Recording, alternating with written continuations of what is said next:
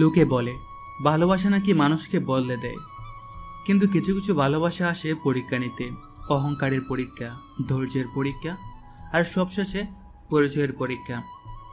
আমার গল্পটাও তেমনই এক পরীক্ষার গল্প। আমি এমন একজনের জীবনে প্রবেশ করেছিলাম যার কাছে পৃথিবীটা ছিল তার পায়ের নিচে, আর মানুষ ছিল খেলার পুতুল। সে জানতো না তার সেই খেলার সবচেয়ে বড় পুতুলটা আসলে আমি নই, বরং আমিই ছিলাম সেই খেলার পরিচালক। তার অহংকারের প্রতিটি আঘাত আমি হাসি মুখে সহ্য করেছি। আমি অপেক্ষা করেছিলাম শুধু সেই দিনটার জন্য, যেদিন সে আমার বাইরের সাধারণ পরিচয়টাকে নয়, ভালোবাসবে আমার ভেতরের আমিটাকে। কিন্তু আমি কি পেরেছিলাম, নাকি আমার ছদ্মবেশের জালে আমাদের ভালোবাসার গল্পটা চিরদিনের জন্য হারিয়ে গিয়েছিল? চলুন ফিরে যাই সেই বৃষ্টি ভেজা রাতে, যেখান থেকে আমার এই ছদ্মবেশী ভালোবাসার খেলাটা শুরু হয়েছিল। এতক্ষণ যার কথা শুনলেন ইনি হলেন গল্পের নায়ক আহনাফ রহমান। রাত প্রায় 2টো। ঢাকার অভিজাত এলাকা গুলশানের একটি নিস্তব্ধ আলো আঁধারি রাস্তা। রাস্তার ঠিক মাঝখানে থেমে আছে লাল রঙের একটি অত্যাধুনিক স্পোর্টস কার। গাড়ির ড্রাইভিং সিটে বসে আছে ঈশানা, কিন্তু তার সুন্দর মুখে বিরক্তি আর রাগের ছাপ স্পষ্ট। সে বারবার গাড়ির স্টার্ট বাটনে চাপ দিচ্ছে, কিন্তু ইঞ্জিনটা গোঙানির মতো একটা শব্দ করেই আবারও চুপ হয়ে যাচ্ছে। ড্যাম ইট, এই ভাঙা টিনের কোটার আজকেই নষ্ট হওয়া উচিত ছিল। উফ, মেজাজটাই খারাপ করে দিল। এখন এই মাঝরাতে আমি কি করব? সে তার ভ্যানিটি ব্যাগ থেকে ঝকঝকে আইফোনটা বের করে কন্ট্যাক্ট লিস্টে আব্বু নামটি খুঁজতে থাকে। এই লোকটাও না, বলেছিলাম আমার জন্য একটা নতুন মডেলের গাড়ি কিনতে। কে শুনে কার কথা? যত সব পুরানো জিনিস দিয়ে আমাকে বিদায় করতে পারলেই বাঁচে। আজকে এর একটা ভিত করতে হবে। ঈশানা ফোনটা কানে দিতে যাবে, ঠিক তখনই তার গাড়ির হেডলাইটে আলো এসে দেখতে পায় একটি পুরনো মডেলের বাইক ধীরে ধীরে তার গাড়ির দিকে এগিয়ে আসছে। বাইকটা তার গাড়ির পাশে এসে থামে। আরোহীর মাথায় হেলমেট, পরনে সাধারণ জিন্স আর T shirt. Excuse me madam, কোনো সমস্যা? গাড়ি স্টার্ট নিচ্ছে না মনে হচ্ছে। ঈশানা গাড়ির গ্লাসটা সামান্য নামিয়ে তাচ্ছিল্যের দৃষ্টিতে আপাতমস্তক ছেলেটাকে দেখে বলে, সেটা তো দেখতেই পাচ্ছি, নতুন করে বলার কি আছে? তুমি কি গাড়ির মেকানিক? না, আমি মেকানিক নই, কিন্তু বেসিক কিছু জিনিস চেক করে দেখতে পারি। অনেক সময় ব্যাটারি কানেকশন লুজ হয়ে গেলেও এমন হয়। আপনি যদি অনুমতি দেন। অনুমতি? তোমার মতো একটা লোককে আমি আমার 1 কোটি টাকার গাড়িতে হাত দিতে দেব? পাগল নাকি? তোমার এই নোংরা হাতে আমার গাড়িতে দাগ পড়ে যাবে। ফটো এখান থেকে। আমাকে বিরক্ত করো না, নিজের রাস্তায় যাও। ম্যাডাম, আমি আপনাকে বিরক্ত করতে আসিনি, শুধু সাহায্য করতে চেয়েছিলাম। এই রাস্তাটা রাতের বেলা খুব একটা নিরাপদ নয়, আপনার একা থাকাটা। আমার নিরাপত্তার চিন্তা তোমাকে করতে হবে না। আমার বাবাকে সেটা তুমি জানো? খান গ্রুপের মালিক। আমার একটা ফোন করলে এখানে পুলিশের গাড়ি এসে হাজির হবে। সো আমাকে জ্ঞান না দিয়ে ভালোই ভালো কেটে পড়ো। ঠিক আছে, আপনি যখন চাইছেন না। ছেলেটার নাম আহনাফ এবং আজকের গল্পের নায়ক। সে আর কোনো কথা না বাড়িয়ে তার বাইকটা স্টার্ট দিতে চায়। ঠিক তখনই ঈশানার ফোনে রিং বেজে ওঠে। স্ক্রিনে আব্বু নামটি ভাসছে। হ্যালো আপু, তুমি কোথায়? জানো, তোমার ওই পুরনো ভাঙা গাড়িটা আমাকে রাস্তায় ফেলে রেখে দিয়েছে। আমি এখন মাঝরাতে একা দাঁড়িয়ে আছি, আমার অনেক ভয় করছে। ইসুমা, তুই একদম চিন্তা করিস না, আমি তোকে ফোন করার জন্যই নিয়েছিলাম। তোর জন্য একজন নতুন ড্রাইভার অ্যাপয়েন্ট করা হয়েছে। সেই এখন থেকে 24 ঘন্টা তোর সাথে থাকবে। আমি তোকে তোর লোকেশন পাঠিয়ে দিয়েছি, সে 5 মিনিটের মধ্যে ওখানে পৌঁছে যাচ্ছে। হোয়াট? ড্রাইভার আমার জন্য? আব্বু, তুমি আমার সাথে না বলে এমন একটা সিদ্ধান্ত নিলে? আমার নিজের গাড়ি চালাতে ভালো লাগে, আমি কোনো ড্রাইভার চাই না। না ইস্যু, তোর সেফটি নিয়ে আমি আর কোনো রিস্ক নিতে চাই না। ছেলেটা খুব ভালো, বিশ্বস্ত, তোর সব খেয়াল রাখবে। এখন আর কোনো কথা না, ও আসছে, ফোনটা রাখছি। আব্বু, হ্যালো হ্যালো। ফোনটা কেটে যায়। ঈশানার রাগে হতাশায় ফোনটা পাশের সিটে ছুটে মারে। তার প্রাইভেসি নষ্ট হয়ে যাওয়ার আশঙ্কায় তার মেজাজ আরও খারাপ হয়ে যায়। সে আর চোখে একবার পাশে দাঁড়ানো বাইক আরোহীর দিকে তাকায়। সে এখনও যায়নি।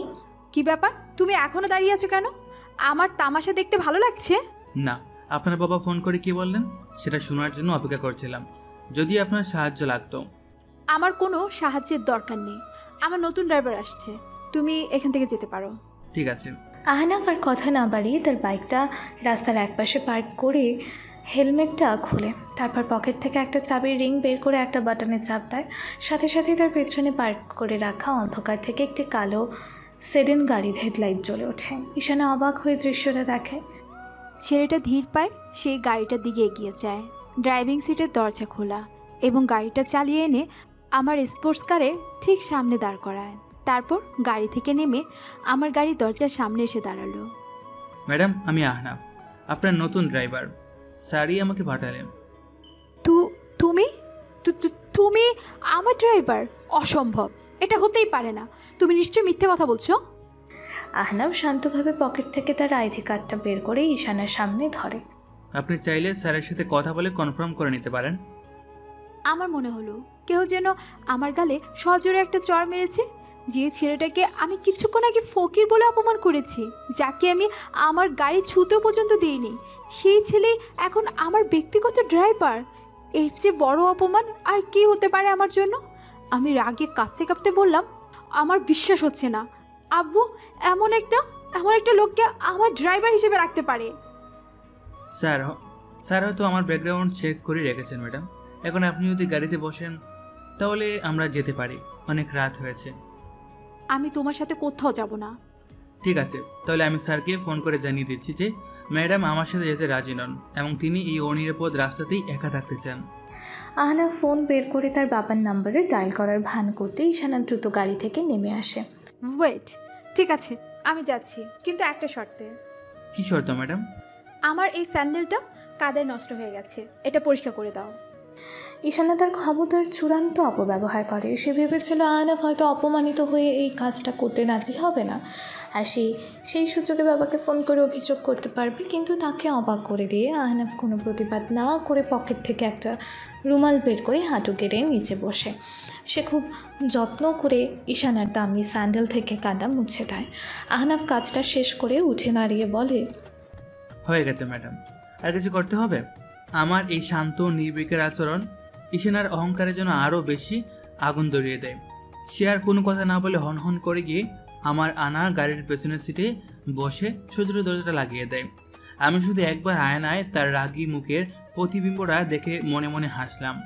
আমি জানি এই অহংকারী রাজকন্যার সাথে আমার পথ চলাটা খুব একটা সহজ হবে না, কিন্তু আমি এই কঠিন চ্যালেঞ্জটা নেওয়ার জন্য প্রস্তুত হয়ে আছি। পরের দিন দুপুরবেলা আহনাফ এখন ঈশানার ব্যক্তিগত ড্রাইভার। প্রথম দিনের নাটকীয় এবং অপমানজনক সাক্ষাতের পর তাদের সম্পর্কের সমীকরণটা এখন মালিক কর্মচারীর, কিন্তু এই সাধারণ সম্পর্কের আড়ালেও চলছে এক নীরব মানসিক লড়াই। বসুন্ধরা সিটি শপিং মলের ৪র্থ তলা। ঈশানা এবং তার দুই বান্ধবী শায়লা আর রিয়া জারার শোরুম থেকে হাসতে হাসতে বেরিয়ে আসছে। ঈশানার হাতে শুধু তার ছোট একটা ভ্যানিটি ব্যাগ, কিন্তু তার ঠিক পেছনে হেঁটে আসা আহনাফের দুই হাত ভর্তি বিভিন্ন ব্র্যান্ডের শপিং ব্যাগ। জারারা, ইয়েলো, সেইলর, লুবনান, প্রায় ১০-১২টা ব্যাগ সে একাই সামলাচ্ছে।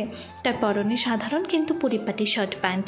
মুখে হালকা বিরক্তির ছাপ থাকলেও সে সেটা প্রকাশ করছে না।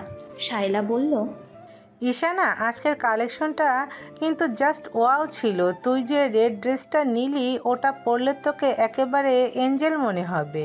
অ্যাঞ্জেল না, ডেভিল। ওই ড্রেস পরে ও যখন কোনো পার্টিতে যাবে সব ছেলেদের হার্ট অ্যাটাক হয়ে যাবে নিশ্চিত। তবে আমার ব্ল্যাক টপসটাও কিন্তু কম সুন্দর না। তোরা তো শুধু দেখলি আর আমি কিনে ফেললাম, এটাই তোদের আর আমার মধ্যে পার্থক্য। শোন, আমার খুব কফি খেতে ইচ্ছে করছে, চল নর্থ এন্ডে গিয়ে বসি। অবশ্যই, আমারও একটা ডাবল এসপ্রেসো দরকার। সারাদিন তোর পেছনে ঘুরে ঘুরে আমি ক্লান্ত। তারা তিনজন ফুড কোর্টের দিকে এগিয়ে যায়। আহনাফ এতগুলো ব্যাগ নিয়ে তাদের পেছনে হাঁটতে হাঁটতে প্রায় হিমশিম খাচ্ছে।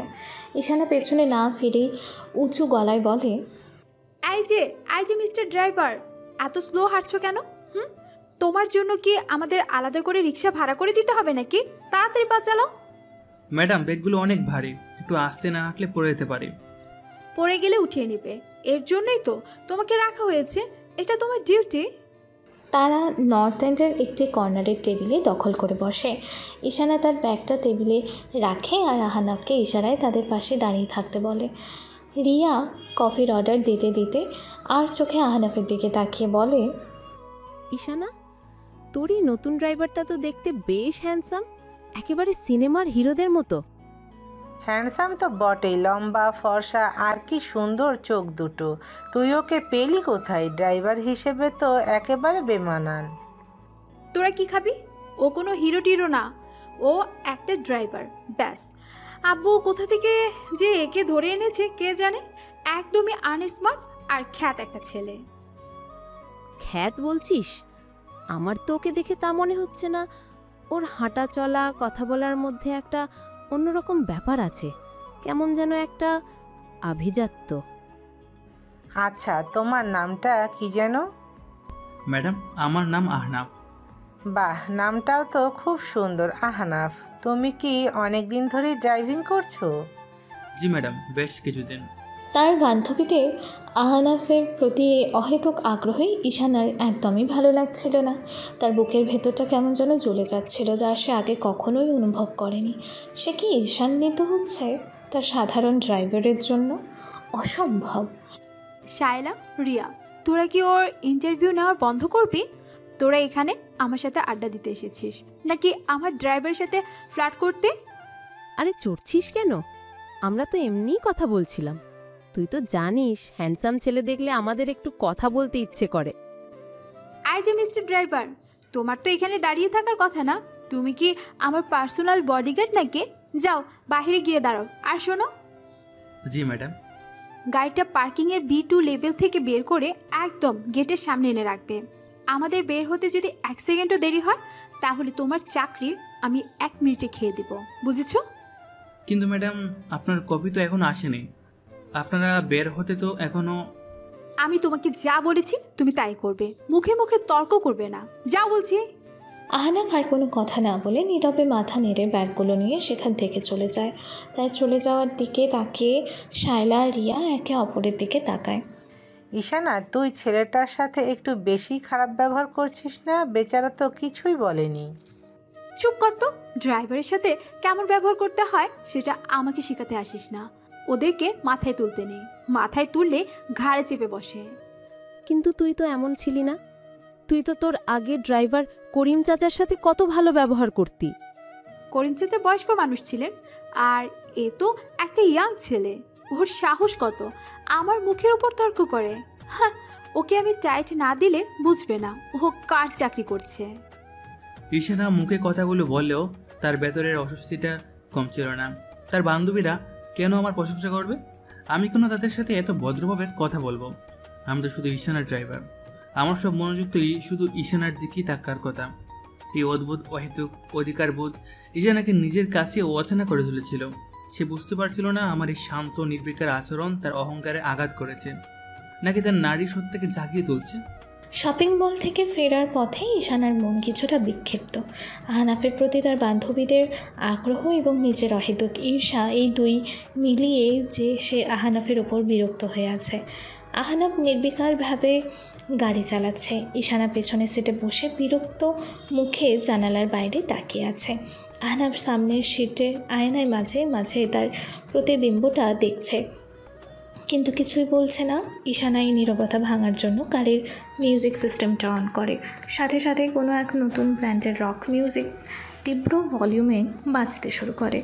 ভলিউমটা আরও বাড়িয়ে দিয়ে বলে, আহ, ফাইনালি একটু শান্তি। কিছুক্ষণের জন্য হলেও কানের যন্ত্রণাটা তো কমবে।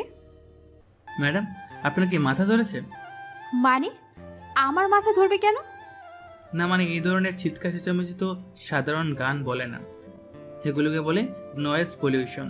তাই ভাবলাম হয়তো আপনার মাথা ধরেছে, তাই আপনি যন্ত্রণা কমানোর জন্য আরো বড় যন্ত্রণা দিয়ে সেটা ডাকতে চাইছেন।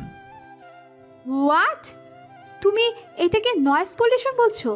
এটা এখনকার সবচেয়ে ট্রেন্ডি রক ব্র্যান্ড। তুমি এইসবে কি বুঝবে? তোমার তো দৌড় ওই মান্না দে আর হেমন্ত মুখার্জি পর্যন্তই, তাই না? খ্যাত কোথাকার। জি ম্যাডাম, আমি মান্নাদের কফি হাউসে সে আড্ডা শুনেই বড় হয়েছে। অন্তত সেই গানে কিছু কথা ছিল, সুর ছিল, আবেগ ছিল। আপনার এই গানের মতো শুধু ও ইয়ে বেবি কামন এর মতো অর্থহীন চিৎকার ছিল না। Shut up, just shut up. তুমি একজন ড্রাইভার মতো থাকবে। আমার মিউজিক টেস্ট নিয়ে লেকচার দিতে আসবে না। তোমার কাজ গাড়ি চালানো, তুমি সেটাই করো। আহনাফ আর কোনো কথা না বলে সামনের স্ক্রিনে একটা বাটনে চাপ দেয়। সাথে সাথে ঈশানের পছন্দের রক মিউজিকটা বন্ধ হয়ে গিয়ে মৃদু ভলিউমে কিশোর কুমারের এই পথ যদি না শেষ হয় গানটা বাজতে শুরু করে। তুমি তুমি গানটা বন্ধ করলে কেন? আর এটা কি ধরনের গান চালিয়েছো? এটা কি কোনো বিয়ের গাড়ি নাকি যে এই পথ যদি না শেষ হয় শুনতে হবে?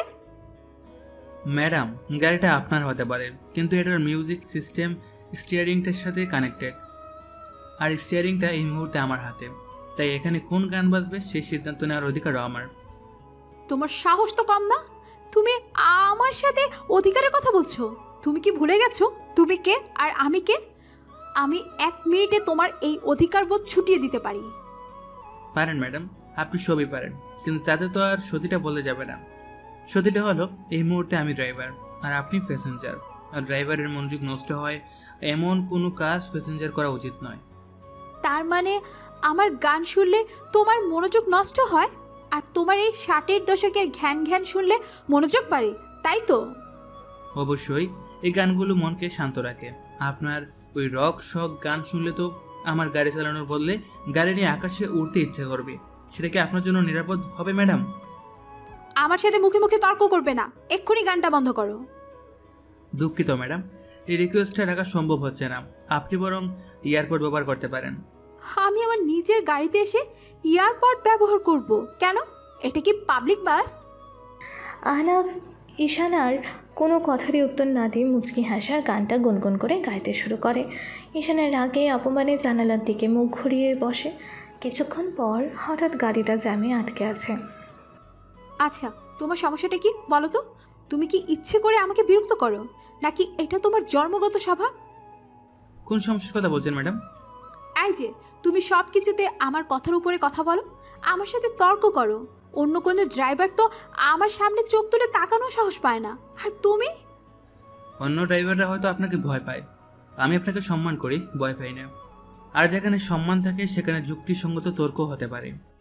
ওয়াও, যুক্তিসঙ্গত তর্ক। তার মানে আমার গান শোনাটা অযৌক্তিক, আর তোমার ওই পুরোনো দিনের ক্যাসেটটা চালানো যৌক্তিক? কোন ইউনিভার্সিটিতে পড়ছো তুমি শুনি? কোন প্রফেসর তোমাকে এই যুক্তি শিখিয়েছে? আমি কোনো ইউনিভার্সিটিতে পড়ার সুযোগ পাইনি ম্যাডাম, আমি জীবনের কাছ থেকে শিখেছি। সেটা তো তোমার কথাবার্তাই বোঝা যায়, একদম আনএডুকেটেড। আচ্ছা শোনো, গাড়িটার ডানে ঘোরাও। কিন্তু ম্যাডাম, আপনার বাসা তো সোজা। আমি কি তোমাকে আমার বাসার রাস্তা চিনাতে বলেছি? আমি বলেছি ডানে ঘোরাও। আমার একটা পার্লারে কাজ আছে, তুমি কি আমার সব কথাতেই প্রশ্ন করবে? আহনাফার কোনো কথা না বলে গাড়িটা ডানে ঘোরায়। কিছুক্ষণ যাওয়ার পর দেখা যায় রাস্তাটা বন্ধ, কনস্ট্রাকশনের কাজ চলছে। রাস্তা তো বন্ধ ম্যাডাম। বন্ধ তো আমি দেখতেই পাচ্ছি, তুমি আমাকে আগে বলতে পারতে না যে ওই রাস্তাটা বন্ধ? আমি তো বলেছিলাম যে আপনার বাসা সোজা, কিন্তু আপনিই তো বললেন আপনার সব কথাতে প্রশ্ন করা যাবে না। তার মানে তুমি জানতে যে রাস্তাটা বন্ধ, তাও তুমি ইচ্ছে করে গাড়িটা এদিকে এনেছো শুধু আমাকে বিরক্ত করার জন্য। আমি তো শুধু আপনার নির্দেশ পালন করেছি ম্যাডাম। আপনি তো বললেন আমি যেন আপনার সব কথা শুনে। উফ, তুমি একটা আস্ত শয়তান, ইডিয়েট। আমি আজকেই আব্বুকে বলে তোমার চাকরির ব্যবস্থা করছি। ঈশানা রাগে হতাশায় সিটে মাথা হেলান দিয়ে চোখ বন্ধ করে ফেলে। আমি আয়নার দিকে তাকিয়ে তার রাগে লাল হয়ে যাওয়া মুখটা দেখে আমার টুটের কোণে ফুটে ওঠে এক দুষ্টু বিজয়ের হাসি। আমি জানি এই অহংকারী রাজকন্যার সাথে লড়াইটা বুদ্ধিমত্তা দিয়েই জিততে হবে, রাগ দিয়ে নয়। গাড়িতে তুমুল ঝগড়ার খুনসুটির পর ঈশানা এবং আহনাফের মধ্যে এক ধরনের অদ্ভুত বোঝাপড়া তৈরি হয়েছে। ঈশানা এখনও বাইরে থেকে কঠোর থাকলেও আহনাফের প্রতি তার মনোভাব কিছুটা নরম হয়েছে। আহনাফও ঈশানার অহংকারের আড়ালে মানুষটাকে চেনার চেষ্টা করছে। কিছুক্ষণ পর খান ভিলা, পুরো বাড়িটা নরম আলোয় সেজে আছে, কিন্তু কেমন যেন প্রাণহীন, নিস্তব্ধ। আহনাফ ঈশানাকে বাড়ির বিশাল গেটের সামনে নামিয়ে দিয়েছে। ঈশানা কোনো কথা না বলে গাড়ি থেকে নেমে হনহন করে বাড়ির ভেতরে চলে যায়। আহনাফ গাড়িটা ঘুরিয়ে চলে যাওয়ার ভান করে, কিন্তু সে বাড়ি থেকে বের না হয়ে একটু দূরে একটা বড় গাছের ছায়ায় গাড়িটা পার্ক করে। প্রতিদিন এত রাগ, এত জেদ, এই মেয়েটা কি কখনো হাসে না? সারাক্ষণ এমন ভাব নিয়ে থাকে যেন পুরো পৃথিবীটা ওর শত্রু। কিন্তু কেন? এত টাকা, এত বিলাসিতা, সবকিছু থাকার পরও ওর চোখে কেন এত শূন্যতা? আহনাফ গাড়ির ইঞ্জিনটা বন্ধ করে দেয়। সে শুধু দেখতে চায় এই বিশাল বাড়ির ভেতরে ঈশানার জগৎটা ঠিক কেমন। সে গাড়ির সিটে হেলান দিয়ে খান ভিলার দোতলার বিশাল জানালাটার দিকে তাকিয়ে থাকে। ওই জানালাটা ঈশানার ঘরের সব কিছুই দামি আর রুচিশীল, কিন্তু কেমন যেন গোছানো, প্রাণহীন। ঈশানা তার দামি পোশাকটা বদলে একটা সাধারণ টি শার্ট আর ট্রাউজার পরেছে। তার মুখের সব মেকআপ তুলে ফেলেছে। এখন তাকে আর খান গ্রুপের অহংকারী রাজকন্যা মনে হচ্ছে না, মনে হচ্ছে পাশের বাড়ির কোনো সাধারণ ক্লান্ত মেয়ে। ঈশানা তার পোষা পার্সিয়ান বিড়াল স্নোইকে কোলে তুলে নিয়ে বলে, কী রে স্নয়, তুইও একা আমিও একা, তাই না? দেখলি তো, আজকেও আব্বু আম্মু ফোন করে বলল ওদের ফিরতে আরও 1 সপ্তাহ দেরি হবে। ওদের কাছে তো এই বিজনেস ডিলটাই সব কিছু। নিজের মেয়ের যে একা একা লাগে সেই খবরটা কি তারা রাখে না। ঈশানা বিড়ালটার মাথায় হাত বোলাতে বোলাতে বলে, আজকে ওই ড্রাইভারটা আমাকে কি জ্বালিয়েছে জানিস? কী সব 60-এর দশকের গান শুনে, আবার আমার সাথে মুখে মুখে তর্ক করে। ছেলেটা একটা আস্ত উজবুক, কিন্তু কেন যেন ওর সাথে ঝগড়া করতো আমার ভালো লাগে। অন্তত কেউ তো আছে যে আমার সাথে কথা বলে, আমাকে উত্তর দেয়। শুধু তুই মিও মিও মিও করিস। ঈশানা বিড়ালটাকে কোল থেকে নামিয়ে দিয়ে তার বিশাল ক্যানভাসের সামনে গিয়ে দাঁড়ায়। সে রং তুলি হাতে নেয় এবং আনমনে আঁকতে শুরু করে। তার ছবির বিষয়বস্তু প্রায় সবসময় একটা বিশাল সুন্দর ধাঁচের ভেতরে বন্দি একটা রঙিন পাখি। গাড়ির ভেতরে বসে থাকা আহনাফ সে দূর থেকে ঈশানার ঘরের ভেতরের আবছা ছায়ামূর্তিটা দেখতে পাচ্ছে। সে দেখতে পাচ্ছে ঈশানা তার ক্যানভাসের সামনে দাঁড়িয়ে আছে। হঠাৎ তার ফোনটা বেজে ওঠে। স্ক্রিনে আব্বু নামটি ভাসছে। হ্যালো আব্বু, আসসালামু আলাইকুম। আহনাফের বাবা রহমান সাহেব বলেন, ওয়ালাইকুম আসসালাম। কোথায় তুই এখন? এখনো ফিরিসনি? না আব্বু, এই তো ফিরছি। রাস্তায় একটু জ্যাম ছিল। আম্মু ঘুমিয়ে পড়েছে? না, তোর জন্য অপেক্ষা করছে। শোন, তোর সিরাজনকে ফোন করেছিলেন। ঈশানা মা নাকি খুব ছেদ করেছে। তোকে ছাড়া অন্য কোনো ড্রাইভারের সাথে সে যাবে না। ব্যাপারটা কি বলতো? তুই কি মেয়েটাকে ঠিকমতো হ্যান্ডেল করতে পারছিস, না কোনো সমস্যা হচ্ছে? না আব্বু, কোনো সমস্যা নেই। আমি ওকে হ্যান্ডেল করতে পারবো, আপনি চিন্তা করবেন না। আসলে সমস্যাটা ওর নয়, সমস্যাটা ওর একাকিত্বের। আপনি আর সিরাজ আঙ্কেল তো আপনাদের বিজনেস নিয়ে এত ব্যস্ত হয়ে পড়লেন যে ভুলেই গেলেন আপনাদের ছেলে মেয়েরও বড় হচ্ছে, তাদেরও আপনাদের সঙ্গ দরকার। তুই ঠিকই বলেছিস। আমরা হয়তো সেরা বিজনেসম্যান হতে পেরেছি, কিন্তু সেরা বাবা হতে পারিনি। যাক, তুই তাড়াতাড়ি বাসায় চলে আয়। আর শোন, সিরাজকে আমি বলে দিয়েছি তুই 24 ঘন্টাই ঈশানার খেয়াল রাখবি। এটা শুধু তোর চাকরি নয়, এটা তোর দায়িত্ব। আমি জানি আব্বু, আমি আমার দায়িত্ব ঠিকভাবে পালন করব। আহনাফ ফোনটা রেখে দেয়। সে আবারও ঈশানার ঘরের দিকে তাকায়। সে দেখে ঈশানা এখন আর ছবি আঁকছে না। সে তার ঘরের বারান্দায় এসে দাঁড়িয়েছে। তার হাতে একটা মগ, হয়তো কফি খাচ্ছে। রাতের নিস্তব্ধতায় উঁচু বিল্ডিংয়ের ওপর থেকে সে নিচের শহরের দিকে তাকিয়ে আছে। তার চশমার কাঁচটা ল্যাম্পপোস্টের আলোয় চিকচিক করছে।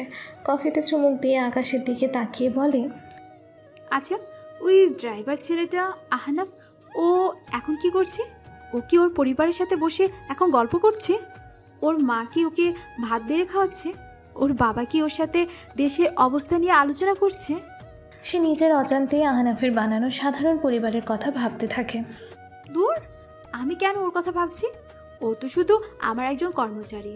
ওর জীবন নিয়ে আমার এত মাথা ব্যথা কেন? ও কালকে আবার আমার সাথে তর্ক করবে, ঝগড়া করবে। এইটাই তোর কাজ, আর আমার কাজ হলো ওকে বকা দেওয়া। কথাগুলো সে মুখে বললেও তার মনটা কেন যেন সায় দিচ্ছিল না। আহনাফের সে শান্ত দৃঢ় চোখ দুটো, তার সে মুচকি হাসি, তার সে নির্ভীক আচরণ, সব কিছুই তার মনের ভেতর কোথাও যেন একটা ছাপ ফেলে গেছে। সে প্রথমবার অনুভব করলো এই বিশাল বিলাসবহুল খাঁচার ভেতরে তার দম বন্ধ হয়ে আসছে।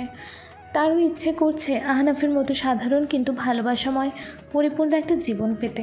আহনাফ দেখে ঈশানা বারান্দা থেকে ঘরের ভেতরে চলে গেল এবং লাইটটা নিভিয়ে দিল। সে বুঝতে পারে মেয়েটা এখন ঘুমাতে যাবে। সে আর অপেক্ষা না করে গাড়িটা স্টার্ট দেয়। অহংকারের রাজকন্যা, তোমার এই অহংকারের মুখোশটা আমি খুব শীঘ্রই খুলে ফেলবো, কিন্তু সেটা ঘৃণা দিয়ে নয়, ভালোবাসা দিয়ে। তোমাকে আমি দেখাবো জীবনের আসল আনন্দ দামি গাড়িতে বা পোশাকে নয়, তাকে ভালোবাসার মানুষগুলোর সাথে কাটানোর ছোট ছোট মুহূর্তে। এরপর আমি গাড়িটা নিয়ে খান বিলার গেট দিয়ে বেরিয়ে গেলাম। পরদিন গত রাতের পর্যবেক্ষণের পর আহনাফের মনে ঈশানার প্রতি এক নতুন দৃষ্টিভঙ্গি তৈরি হয়েছে। সে এখন ঈশানার অহংকারের পেছনের কারণটা খোঁজার চেষ্টা করছে। অন্যদিকে ঈশানাও নিজের অজান্তে আহনাফের প্রতি এক অদ্ভুত টান অনুভব করছে। ধানমন্ডির বেঙ্গল আর্ট গ্যালারি, বিকেলবেলা। আহনাফ গাড়িটা পার্কিংয়ে রেখে ড্রাইভিং সিটে বসেই অপেক্ষা করছে। ঈশানা তাকে ভেতরে আসতে বলেনি, তাই সে ভদ্রতা বজায় রেখে গাড়িতেই বসে আছে। কিন্তু 10 মিনিট, 15 মিনিট, 20 মিনিট পেরিয়ে যাওয়ার পরও যখন ঈশানা ফিরছে না, তখন তার কপালে চিন্তার ভাঁজ পড়ে। ব্যাপার কি? একটা আর্ট গ্যালারিতে এতক্ষণ ধরে কি করে? নাকি ভিতরে গিয়ে আবার নতুন কোনো কাণ্ড বাঁধিয়ে বসলো? নাকি কোনো সেলফি তুলতে গিয়ে পড়ে গেছে? আহনাফ আর বসে থাকতে পারে না। সে গাড়ি থেকে নেমে গ্যালারির দিকে এগিয়ে যায়। গেটের দারোয়ান তাকে আটকাতে গেলে সে জানায় যে সে ঈশানা ম্যাডামের ড্রাইভার। ম্যাডামই তাকে ভেতরে আসতে বলেছেন। গ্যালারির ভেতরে শান্ত স্নিগ্ধ পরিবেশ। দেয়ালে দেয়ালে টাঙানো নামকরা শিল্পীদের আঁকা ছবি। দর্শনার্থীর সংখ্যা খুব বেশি নয়। আহনাফ ভিড় এড়িয়ে চোখ দিয়ে ঈশানাকে খুঁজছে। এই মেয়েটা গেল কোথায়? এত বড় গ্যালারিতে এখন ওকে আমি খুঁজে বের করবো কিভাবে? এমন ভাব নেই যেন উনি ভিক্টোরিয়া মেমোরিয়াল আর আমি হলাম তার দর্শনার্থী। আমাকে তো একটা ফোনও দিতে পারতো। আহনাফ খুঁজতে খুঁজতে গ্যালারির শেষ প্রান্তের একটি অন্ধকার গ্যালারিতে প্রবেশ করে। সেখানে ঢুকে সে ঈশানাকে দেখতে পায়। ঈশানা দর্শকদের থেকে একটু দূরে একা একটি বিশাল পেন্টিংয়ের সামনে স্তব্ধ হয়ে দাঁড়িয়ে আছে। তার দৃষ্টি এতটাই তন্ময় যে আহনাফের উপস্থিতি সে টেরও পায়নি। ম্যাডাম, তুমি এখানে কি করছো? আমি না তোমাকে গাড়িতে অপেক্ষা করতে বলেছিলাম। আমার পার্সোনাল ডেস্কে ঢোকার পারমিশন তোমাকে কে দিয়েছে? ম্যাডাম, প্রায় 40 মিনিট হয়ে গেছে। আপনার কোনো খবর না পেয়ে আমি একটু টেনশনে পড়ে গেছিলাম, তাই দেখতে এলাম আপনি ঠিক আছেন কিনা। টেনশন? আমাকে নিয়ে তোমার টেনশন করতে হবে না। আমার দেখাশোনা করার জন্য যথেষ্ট লোক আছে। তুমি বরং নিজের চরকায় তেল দাও। জি ম্যাডাম, কিন্তু এই মুহূর্তে তো আমি আপনার লোক, তাই চরকার তেল দেওয়ার পাশাপাশি আপনার খবর নেওয়াটাও আমার ডিউটির মধ্যে পড়ে। হয়েছে, অনেক লেকচার দিয়েছো। এখন এসেছো যখন, তখন বলো এই পেন্টিংটা দেখে তোমার কি মনে হচ্ছে? আহনাফ এইবার ভালো করে পেন্টিংটার দিকে তাকায়। ছবিটি সত্যি অসাধারণ। সোনালি রঙের একটা বিশাল খাঁচার ভেতরে বন্দি হয়ে আছে সুন্দর রঙিন একটি পাখি। পাখিটার ডানা দুটো খোলা, চোখ দুটো খাঁচার উপরের ছোট্ট একটা জানালা দিয়ে দেখা যাওয়া নীল আকাশের দিকে। পাখিটার চোখে একই সাথে বন্দিত্বের যন্ত্রণার মুক্তির আকুতি ফুটে উঠেছে। আহনাফ কিছুক্ষণ চুপ করে থেকে বলে ওঠে, আমার তো দেখে মনে হচ্ছে পাখিটা খুব একা। একা? তোমার কি মনে হচ্ছে না যে এই পাখিটা খুব ধনী? দেখছো না খাঁচাটা সোনার তৈরি। খাঁচা সোনার হোক বা লোহার, ম্যাডাম খাঁচা তো খাঁচাই। সোনা দিয়ে হয়তো শরীরটাকে বন্দি করে রাখা যায়, কিন্তু মনটাকে তো আর কেনা যায় না। পাখিটার মন তো ওই নীল আকাশে উঠছে। আমার মনে হয় ও যদি সুযোগ পেত তাহলে এই সোনার খাঁচাটা ভেঙে মুহূর্তেই উড়ে চলে যেত। আহনাফেরই সহজ কিন্তু গভীর ব্যাখ্যাটা শোনার বুকের ভেতরটায় গিয়ে আঘাত করে ঈশানার। সে ঠিক এই কথাগুলোই ভাবছিল। এই সাধারণ ড্রাইভার ছেলেটা কিভাবে তার মনের কথাগুলো এত সহজে বলে দিল। ওয়াও, ড্রাইভার হিসেবে তো দেখি এখন আর্ট ক্রিটিকও হয়ে গেছেন। তোমার তো চাকরি ছেড়ে দিয়ে গ্যালারিতে কিউরেটর হিসেবে জয়েন করা উচিত। ভালোই টাকা পাবে। টাকার লোভ আমার নেই ম্যাডাম। আমি আমার ড্রাইভিং চাকরিটা নিয়ে খুব খুশি, কারণ এই চাকরিতে প্রতিদিন আপনার মতো একজন মাস্টারপিসকে কাছ থেকে দেখার সুযোগ হয়। Shut up!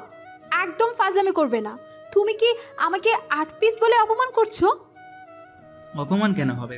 আর্ট পিস তো প্রশংসার যোগ্যই হয়, তবে কিছু আর্ট পিস থাকে যা একটু বেশি অ্যাবস্ট্রাক্ট, সহজে বোঝা যায় না। যেমন ধরুন আপনি। মানে কি তুমি আমাকে অ্যাবস্ট্রাক্ট আর্ট বললে, যার কোনো মাথা মুন্ডুই নেই? আরে না না, আমি তা বলিনি। আমি বলতে চেয়েছি আপনি বাইরে থেকে যতটা কঠিন, যতটা জটিল, বেতটা হয়তো আপনার ততটাই সরল, ঠিক ওই পাখিটার মতো। আহনাফ কথাটা বলেই বুঝতে পারে সে হয়তো একটু বেশি বলে ফেলেছে। ঈশানা কিছুক্ষণ তার দিকে বড় বড় চোখ করে তাকিয়ে থাকে, তারপর হঠাৎ করেই হেসে ফেলে। তুমি আসলে একটা পাগল আহনাফ। তোমার সাথে কথায় পারা যাবে না। চলো এখান থেকে বের হওয়া যাক। আমার মেজাজটা তুমি পুরোপুরি খারাপ করে দিয়েছো। আমার তো মনে হচ্ছে আপনার মেজাজটা আগের চেয়ে একটু ভালো হয়েছে ম্যাডাম। একদম না, আমার এখন আইসক্রিম খেতে ইচ্ছে করছে, আর তার বিলটা তুমি দিবে। আমি? আমার মতো গরিব ড্রাইভারে কি আপনাকে আইসক্রিম খাওয়ানোর সামর্থ্য আছে ম্যাডাম? সেটা আমি জানি না। তুমি আমাকে আর্ট পিস বলে অপমান করেছো, এটা তারই শাস্তি। চলো। ঈশানার কথা না বাড়িয়ে গ্যালারি থেকে বেরিয়ে যায়। তার হাঁটার ভঙ্গিতে আজ আর সে অহংকার নেই, আছে এক ধরনের ছেলে মানুষই অধিকার বোধ। আমিও তার যাওয়ার পথের দিকে তাকিয়ে রইলাম। এই সোনার কাছের পাখিটা হয়তো সত্যি এখন উড়তে চাইছে, আর সেই মুক্তির আকাশে উড়তে পারার জন্য তার হয়তো একজন সঙ্গীর প্রয়োজন। আমি নিঃশব্দে সিদ্ধান্ত নিলাম, আমি হব সেই সঙ্গী। এজন্য আমাকে আমার ছদ্মবেশের আড়ালে আরও কিছুদিন অপেক্ষা করতে হোক না কেন। আর্ট গ্যালারি থেকে বেরিয়ে ঈশানা আহনাফের ওপর তার আইসক্রিম খাওয়ার বিল চাপিয়ে দিয়েছে। আহনাফ তাকে নিয়ে ধানমন্ডির একটি জনপ্রিয় আইসক্রিম পার্লারে এসেছে। ধানমন্ডির ক্লাব জিলোটো আইসক্রিম পার্লার। ভেতরে তরুণ তরুণীদের ভিড় আর হালকা মিউজিক। ঈশানা একটা কর্নারের টেবিলে বসে মেনু কার্ড দেখছে, আর আহনাফ কাউন্টারের সামনে দাঁড়িয়ে আছে অর্ডার দেওয়ার জন্য। এই যে মিস্টার আর্ট ক্রিটিক, শুধু দাঁড়িয়ে থাকলে চলবে? হ্যাঁ, আমার জন্য একটা বেলজিয়ান চকোলেট আর একটা solid caramel double scoop order করবে। ম্যাডাম, আপনার কি সত্যি সত্যি মনে হয় আমার মতো একজন গরিব ড্রাইভারের পক্ষে এত দামি আইসক্রিম খাওয়ানোর সামর্থ্য আছে? আমার তো পুরো দিনের বেতনই শেষ হয়ে যাবে। সেটা তোমার সমস্যা, আমার না। তুমি আমাকে অ্যাবস্ট্রাক্ট আর্ট বলে অপমান করেছো, এটা তারই ফাইন। চুপচাপ অর্ডার করো, না হলে আমি কিন্তু এখানে সবচেয়ে দামি আইসক্রিমটা অর্ডার করে বসবো। জি ম্যাডাম, আপনার হুকুমই শিরোধার্য। আহনাফ দুটো আইসক্রিম নিয়ে এসে টেবিলে বসে। সে নিজের জন্য একটা সাধারণ ভ্যানিলা ফ্লেভার নিয়েছে। কি ব্যাপার, তুমি ভ্যানিলা খাচ্ছ কেন? তোমার কি চকলেট পছন্দ না? পছন্দ, কিন্তু আমার বাজেটের মধ্যে। এটা সবচেয়ে ভালো অপশন ছিল। তাছাড়া সাদা শীতে মানুষের জন্য ভ্যানিলার মতো সাদা শীতে ফ্লেভারই তো ভালো, তাই না? খুব বেশি ন্যাকা কথা বলতে পারো তো। নাও, আমার এখান থেকে একটু চকলেট খাও। ফাইন দিয়েছো বলে কি কিছুই খাবে না নাকি? ঈশানা তার চামচ দিয়ে একটুখানি আইসক্রিম তুলে আহনাফের মুখের সামনে ধরে। আহনাফ কিছুটা অবাক হয়, কিন্তু সে কোনো কথা না বলে খেয়ে নেয়। টেস্ট তো ভালোই, কিন্তু কিন্তু কি? কিন্তু আপনার মতো এত মিষ্টি নয়। শ্যাট আপ, একদম ফ্লার্ট করার চেষ্টা করবে না। ভুলে যেও না তুমি এখনো আমার ড্রাইভারই আছো। ভুলিনি তো ম্যাডাম, কিন্তু ড্রাইভারের কি প্রশংসা করার অধিকারও নেই? ঈশানা কোনো উত্তর না দিয়ে আইসক্রিম খেতে থাকে। হঠাৎ সে খেয়াল করে তার ঠোঁটের কোনায় একটুখানি চকোলেট লেগে আছে। আহনাফ তার দিকে তাকিয়ে মুচকি মুচকি হাসছে।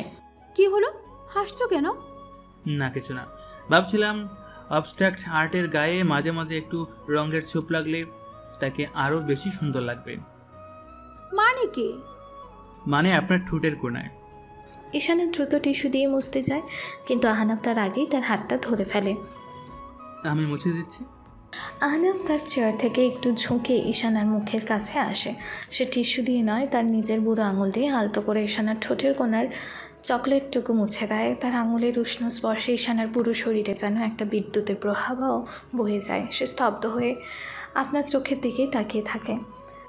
হয়ে গেছে। আহনাফ আবার তার জায়গায় ফিরে গিয়ে বসলেও ঈশানা যেন ঘোরের মধ্যেই থেকে যায়। তার হৃৎপিণ্ডটা অস্বাভাবিক দ্রুত গতিতে চলতে থাকে। এই প্রথম কোনো পুরুষের এত কাছাকাছি এসে তার এমন অনুভূতি হলো। কি হলো ম্যাডাম, আইসক্রিম গলে যাচ্ছে নাকি আপনি নিজেই গলে যাচ্ছেন? তুমি একটা আস্ত। উফ, যা ইচ্ছা তাই, চলো এখান থেকে। আমার আর এক মুহূর্ত ভালো লাগছে না। ঈশানার কথা না বাড়িয়ে প্রায় দৌড়ে পার্লার থেকে বেরিয়ে যায়। আহনাফ তার রেখে যাওয়া আইসক্রিমের দিকে তাকিয়ে হাসে। সে জানে তার সামান্য একটু স্পর্শে অহংকারী রাজকন্যার মনের ভেতর ভালোবাসার আগুনটা জ্বালিয়ে দেওয়ার জন্য যথেষ্ট ছিল। এই ঘটনার পর ঈশানা এবং আহনাফের মধ্যেকার সম্পর্কটা আরও সহজ হয়ে উঠেছে। তাদের খুনসুটি আর তর্কাতর্কি বাড়লেও এর আড়ালে একে অপরের প্রতি এক ধরনের নির্ভরতা তৈরি হচ্ছে। ঈশানার অহংকারের বরফ গলতে শুরু করেছে। এভাবে আরও 2 দিন কেটে গেল। ঈশানার বিলাসবহুল বেডরুম, রাত, বাইরে মুষলধারে বৃষ্টি হচ্ছে। ঈশানার বিশাল ঠান্ডা ঘরটায় সে একা বিছানায় শুয়ে আছে। তার পুরো শরীর জ্বরে পড়ে যাচ্ছে। সে কম্বল জড়িয়ে ঠকঠক করে কাঁদছে। তার বাবা মা ব্যবসার কাজে সিঙ্গাপুরে। বাড়িতে শুধু বয়স্ক কেয়ারটেকার রহিম চাচার 2জন কাজের লোক ছাড়া কেউ নেই। দুর্বল গলায় ফোনটা কানে দিয়ে বলে, হ্যালো রহিম চাচা, আমার খুব শরীর খারাপ লাগছে। আপনি কি একটু ডক্টর হায়দারকে ফোন করে আসতে বলবেন? ম্যাম, এই ঝড় বৃষ্টির মধ্যে তো ডাক্তার সাহেব আসতে পারবেন না। আমি ওনার সাথে কথা বলেছি, উনি আপনাকে প্যারাসিটামল খেয়ে সকালে ওনার চেম্বারে যেতে বলেছেন। কিন্তু আমার যে খুব কষ্ট হচ্ছে, মাথাটা ছিঁড়ে যাচ্ছে ব্যথায়। আমি আপনাকে ওষুধ আর গরম পানি দিয়ে যাচ্ছি ম্যাম, আপনি খেয়ে ঘুমিয়ে পড়ুন, আশা করি সকালের মধ্যে জ্বর কমে যাবে। ফোনটা কেটে যায়। ঈশানা অসহায়ভাবে বিছানায় শুয়ে পড়ে। এই বিশাল বাড়িতে এত বিলাসিতার মধ্যে থেকেও অসুস্থ অবস্থায় দেখার মতো তার পাশে কেউ নেই। তার চোখ দিয়ে অজান্তেই পানি গড়িয়ে পড়ে। খান ভিলার বাইরে সিকিউরিটি পোস্টের পাশে ড্রাইভারদের জন্য বানানো ছোট্ট ঘর। আহনাফ সেখানে বসে বই পড়ছিল। তার আজ রাতের ডিউটি শেষ, কিন্তু এই ঝড় বৃষ্টির মধ্যে সে বাসায় ফিরতে পারেনি। আহনাফ রহিম চাচাকে ফোন করে বলে, চাচা আসসালামু আলাইকুম। ম্যাডাম কি ফিরেছেন? কোনো অসুবিধা হচ্ছে না তো? ওয়ালাইকুম আসসালাম। হ্যাঁ বাবা, ম্যাম তো সন্ধ্যায় ফিরেছেন, কিন্তু ওনার তো খুব জ্বর এসেছে, কাঁপছেন একেবারে। আমি ওষুধ দিয়ে এলাম, কিন্তু একা একা মেয়েটা। কি জ্বর এসেছে? আপনি আমাকে আগে বলেননি কেন? ডাক্তার এসেছিলেন? না বাবা, এই বৃষ্টিতে ডাক্তার আসতে রাজি হননি। আপনি চিন্তা করবেন না চাচা, আমি দেখছি। আহনাফ আর এক মুহূর্ত দেরি করে না। সে তার নিজের ফোন থেকে তাদের পারিবারিক ডাক্তার ডক্টর আজমলকে ফোন করে এবং সব খুলে বলে। তাকে এক্ষুনি আসার জন্য অনুরোধ করে। তারপর সে নিজে বৃষ্টিতে ভিজেই ছুটে যায় মূল বাড়ির দিকে। ঈশানার বেডরুমের বাইরে আহনাফ দরজায় নক করে। কে? ম্যাডাম আমি আহনাফ, দরজাটা একটু খুলুন। তুমি এত রাতে? তুমি তো চলে গিয়েছিলে। দরজাটা খুলুন ম্যাডাম প্লিজ। ঈশানা অনেক কষ্টে বিছানা থেকে উঠে টলতে টলতে গিয়ে দরজা খোলে। দরজা খুলেই সে অবাক হয়ে যায়। আহনাফের চুল পোশাক সব বৃষ্টিতে ভেজা। তুমি তুমি ভিজে গেছো, ভিতরে এসো, তোমার ঠান্ডা লেগে যাবে। দেখি তো, সর্বনাশ, আপনি তো গায়ে অনেক জ্বর। আপনি এখানে দাঁড়িয়ে আছেন কেন? চলুন বিছানায় গিয়ে বসুন। আহনাফ প্রায় জোর করেই ঈশানাকে ধরে বিছানায় নিয়ে বসায়। আমার কাছে আসার দরকার নেই, ইনফেকশন হতে পারে, তুমি যাও এখান থেকে। আহনাফ দ্রুত একটা বাটিতে ঠান্ডা পানি আর তোয়ালে নিয়ে এসে বলে, ম্যাডাম আপনার শরীরের এই অবস্থার চেয়ে বড় ইনফেকশন আর কিছু নেই, চুপচাপ শুয়ে পড়ুন, ডাক্তার আসছে। আহনাফ ঈশানার কোনো বাধা না মেনে তার কপালে জলপট্টি দিতে শুরু করে। তার হাতের ঠান্ডা কোমল স্পর্শে ঈশানের শরীরটা যেন একটু শান্ত হয়। সে আর কোনো কথা না বলে চোখ বন্ধ করে ফেলে। কিছুক্ষণ পর ডক্টর আজমল এসে হাজির হন। তিনি ঈশানাকে পরীক্ষা করে ইঞ্জেকশন আর কিছু ওষুধ দিয়ে দেন। ভয়ের কিছু নেই, ভাইরাল ফিভার, তবে খুব দুর্বল হয়ে পড়েছে। ওকে ঠিকমতো ওষুধ খাওয়াবে আর মাথায় জলপট্টি কন্টিনিউ করবে। আর হ্যাঁ, ওকে একা রেখে কোথাও যাবে না। জি ডাক্তার সাহেব, আপনি চিন্তা করবেন না। ডাক্তার চলে যাওয়ার পর আহনাফ চেয়ার টেনে ঈশানার বিছানার পাশে বসে। সে সারা রাত ধরে তার মাথায় জলপট্টি দিতে থাকে। ঈশানার জ্বরের ঘরে বিড়বিড় করতে শুরু করে, আব্বু, আব্বু তুমি চলে যেও না, আমার একা একা ভয় করে। আব্বু দেখো না, আমার বার্থডে তো তোমরা এলে না। আব্বু, আব্বু একা না, আমি না, আমি। আহনাফ নীরবে ঈশানার এই অবচেতন মনের কথাগুলো শুনতে থাকে। তার বুকের ভেতরটা ঈশানার জন্য কষ্টে ভরে ওঠে। সে বুঝতে পারে এই অহংকারী জেদি মেয়েটার ভেতরে আসলে লুকিয়ে আছে ছোট্ট একটা শিশু, যে তার বাবা মায়ের একটুখানি সঙ্গের জন্য কাঙাল। ভোরের দিকে ঈশানার জ্বরটা কিছুটা কমে সে আচ্ছন্ন চোখে তাকিয়ে দেখে আহনাফ তার পাশে চেয়ারে বসে ঘুমিয়ে পড়েছে। তার হাতটা তখনও ঈশানার কপালে রাখা জলপট্টির ওপর। এই দৃশ্যটা ঈশানার মনের ভেতরের সবটুকু অহংকার, সবটুকু দ্বিধা চুরমার করে দেয়। তার জ্বর প্রায় নেই বললেই চলে। সে ফ্রেশ হয়ে ঘর থেকে বেরিয়ে দেখে ডাইনিং টেবিলে গরম গরম স্যুপ আর টোস্ট সাজানো। রান্নাঘর থেকে ভেসে আসছে কফির গন্ধ। সে রান্নাঘরে গিয়ে দেখে আহনাফ তার জন্য কফি বানাচ্ছে। ঈশানা ফ্রেশ হতে হতে আহনাফ এসব কিছু করেছে। তুমি তুমি এখনো যাওনি? গুড মর্নিং ম্যাডাম, এখন কেমন লাগছে আপনার? ডাক্তার সাহেব বলেছেন আপনাকে একা রেখে যাওয়া যাবে না, তাই ভাবলাম আপনার ডিউটিটা পার্মানেন্টলি নিয়ে নেই। কাল রাতে তুমি সারা রাত আমার পাশে ছিলে। ছিলাম তো, আপনার জ্বরের ঘুরে বলা গল্পগুলো শুনছি, আপনার ছোটোবেলার একাকিত্বের গল্প, আপনার বাবা মায়ের জন্য জমানো অভিমানের গল্প, সব কিছু। আমি দুঃখিত, আমি তোমাকে অনেক কষ্ট দিয়েছি, অনেক অপমান করেছি। এই যে নিন আপনার কপি। আর আপনি কোনো কষ্ট দেননি, আপনি শুধু আপনার ভেতরের কষ্টটা প্রকাশ করেছেন। আর আপনার জায়গায় আমি থাকলে হয়তো তাই করতাম। ঈশানা আর কিছু বলতে পারে না। সে কফির মগটা হাতে নিয়ে চুপচাপ দাঁড়িয়ে থাকে। কিছুক্ষণ পর ঈশানা খুব মৃদু কিন্তু স্পষ্ট গলায় বলে, ধন্যবাদ আহনাফ। কি?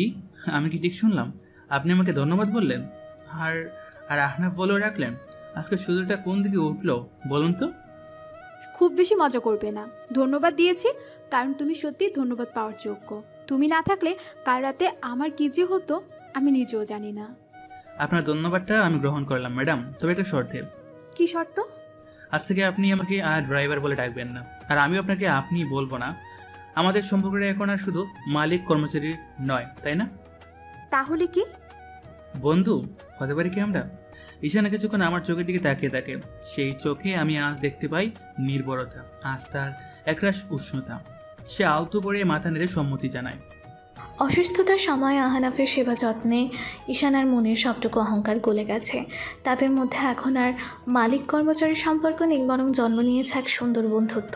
ঈশানা এখন আহনাফের সাথে অনেক সহজ এবং স্বাভাবিক। কয়েকদিন পর ঈশানা তার ভার্সিটির জন্য তৈরি হয়ে নিচে নেমে এসেছে। আহনাফ গাড়ি নিয়ে গেটের সামনেই অপেক্ষা করছিল। ঈশানা গাড়িতে বসতেই আহনাফ গাড়িটা স্টার্ট দেয়। বনানীর 11 নম্বর রোড দিয়ে যাওয়ার সময় হঠাৎ করে আহনাফ রাস্তার পাশে একটা ছোট্ট নার্সারির সামনে গাড়িটা থামায়। কি হলো? এখানে গাড়ি থামালে কেন? আমার ক্লাসে দেরি হয়ে যাচ্ছে তো। 2 মিনিট লাগবে ঈশানা, প্লিজ একটু বসো, আমি এক্ষুনি আসছি। এই প্রথম আহনাফ তাকে ম্যাডাম বা আপনি না বলে সরাসরি ঈশানা বলে সম্বোধন করলো। ব্যাপারটা ঈশানাকে অবাক করলেও তার খারাপ লাগলো না, বরং তার ভালোই লাগলো। সে চুপ করে বসে রইল। আহনাফ গাড়ি থেকে নেমে নার্সারিটার ভেতরে যায়। নার্সারিটা ছোট কিন্তু খুব সুন্দর করে সাজানো, নানা রকম ফুল আর পাতাবাহারের চারা দিয়ে ভরা। আহনাফ ঘুরে ঘুরে গাছ দেখছে। ঈশানা গাড়ির কাচের ভেতর দিয়ে কৌতূহলী চোখে তাকে লক্ষ্য করছে। এই ছেলেটার ব্যাপারটাই অদ্ভুত। কখনো সে ড্রাইভার, কখনো সে আর্ট ক্রিটিক, কখনো কেয়ারটেকার, আবার এখন দেখছি বৃক্ষপ্রেমী। ওর ভেতরে আর কি কি লুকিয়ে আছে কে জানে। আহনাফ অনেকগুলো গাছ দেখার পর ছোট একটা সবুজ মানি প্লান্টের চারা পছন্দ করে। সে গাছের টবটা হাতে নিয়ে নার্সারির মালিকের সাথে হাসি মুখে কথা বলছে আর টাকা পরিশোধ করছে। দৃশ্যটা ঈশানার কাছে কেন যেন খুব স্নিগ্ধ আর সুন্দর মনে হলো। আহনাফ গাছের চারাটা নিয়ে গাড়িতে ফিরে আসে এবং পিছনের সিটে খুব যত্ন করে রাখে। হঠাৎ বৃক্ষপ্রেম জেগে উঠলো নাকি? এই সামান্য পাতাবাহার গাছটা দিয়ে কি হবে? তোমার কাছে হয়তো এটা সামান্য পাতাবাহার ঈশানা, কিন্তু আমার মায়ের কাছে এটা অনেক কিছু। উনি গাছ খুব ভালোবাসেন। আমাদের ছোট্ট বারান্দাটা উনি গাছ দিয়ে এমনভাবে সাজিয়ে রেখেছেন, মনে হয় যেন একটা বাগান। তাই? তোমার মা বুঝি বাসাতেই থাকে? উনি তো আমার পৃথিবী। এখন আমার একটাই স্বপ্ন, মায়ের সব ইচ্ছে পূরণ করা। আহনাফের মুখে তার মায়ের কথা শুনে ঈশানার বুকের ভেতরটা কেমন করে যেন ওঠে। সে নিজের অজান্তেই তার মায়ের কথা ভাবতে থাকে। তার মাও তাকে ভালোবাসেন, কিন্তু সে ভালোবাসাটা প্রকাশ পায় দামি উপহার বা বিলাসবহুল জীবনযাত্রার মাধ্যমে। আহনাফের মায়ের মতন এমন নিঃস্বার্থ সাধারণ ভালোবাসা সে কখনোই পায়নি। তোমাদের পরিবারটা নিশ্চয়ই খুব সুন্দর, তাই না? সুন্দর কিনা জানি না, তবে আমরা একে অপরের সাথে আছি, এটাই সবচেয়ে বড় কথা। সুখ তো আর টাকা দিয়ে কেনা যায় না, তাই না? বাকি রাস্তাটার কোনো কথা হয় না, কিন্তু আহনাফের বলা কথাগুলো ঈশানার মনের ভেতর ঘুরপাক খেতে থাকে। সে প্রথমবার তার নিজের বিলাসবহুল কিন্তু একাকী জীবনের সাথে আহনাফের সাধারণ কিন্তু ভালোবাসাময় পরিপূর্ণ জীবনের তুলনা করে। পরের দিন সকালে ঈশানার বেডরুম। সকালে ঘুম থেকে উঠে ঈশানার মেজাজটা খুব ভালো। সে বারান্দার দরজাটা খুলতেই এক ঝলক মিষ্টি রোদ আর তাজা বাতাস তার ঘরে প্রবেশ করে, কিন্তু আজ বাতাসে যেন নতুন কিছুর গন্ধ। সে ভালো করে তাকিয়ে তাকে তার বারান্দার ছোট টি টেবিলের ওপর একটা সুন্দর সেরামিকের টবে ঠিক গতকালকের মতোই একটা মানি প্লান্টের চারা রাখা। গাছের সবুজ পাতাগুলো সকালের আলোয় চিকচিক করছে। এটা এখানে কিভাবে এলো? সে এগিয়ে গিয়ে টবটা হাতে নেয়। টবের গায়ে ছোট একটা চিরকুট লাগানো। ঈশানা কাঁপা কাঁপা হাতে চিরকুটটা খোলে। চিরকুটে লেখা, তোমার বিশাল সুন্দর গড়টায় প্রাণের বড্ড অভাব, তাই তোমার একাকিত্ব দূর করার জন্য একজন নতুন সবুজ বন্ধু পাঠালাম। সে হয়তো আমার মতো ঝগড়া করতে পারবে না, মুখে মুখে তর্ক করবে না, কিন্তু আমি নিশ্চিত সে খুব ভালো একজন শ্রোতা হবে। তোমার সব না বলা কথা, সব অভিমান সে নীরবে শুনে নেবে। ইতি, তোমার সাধারণ ড্রাইভার আহনাফ। চিরকুটটা পড়ার সাথে সাথে ঈশানার চোখ দুটো পানিতে ভরে ওঠে।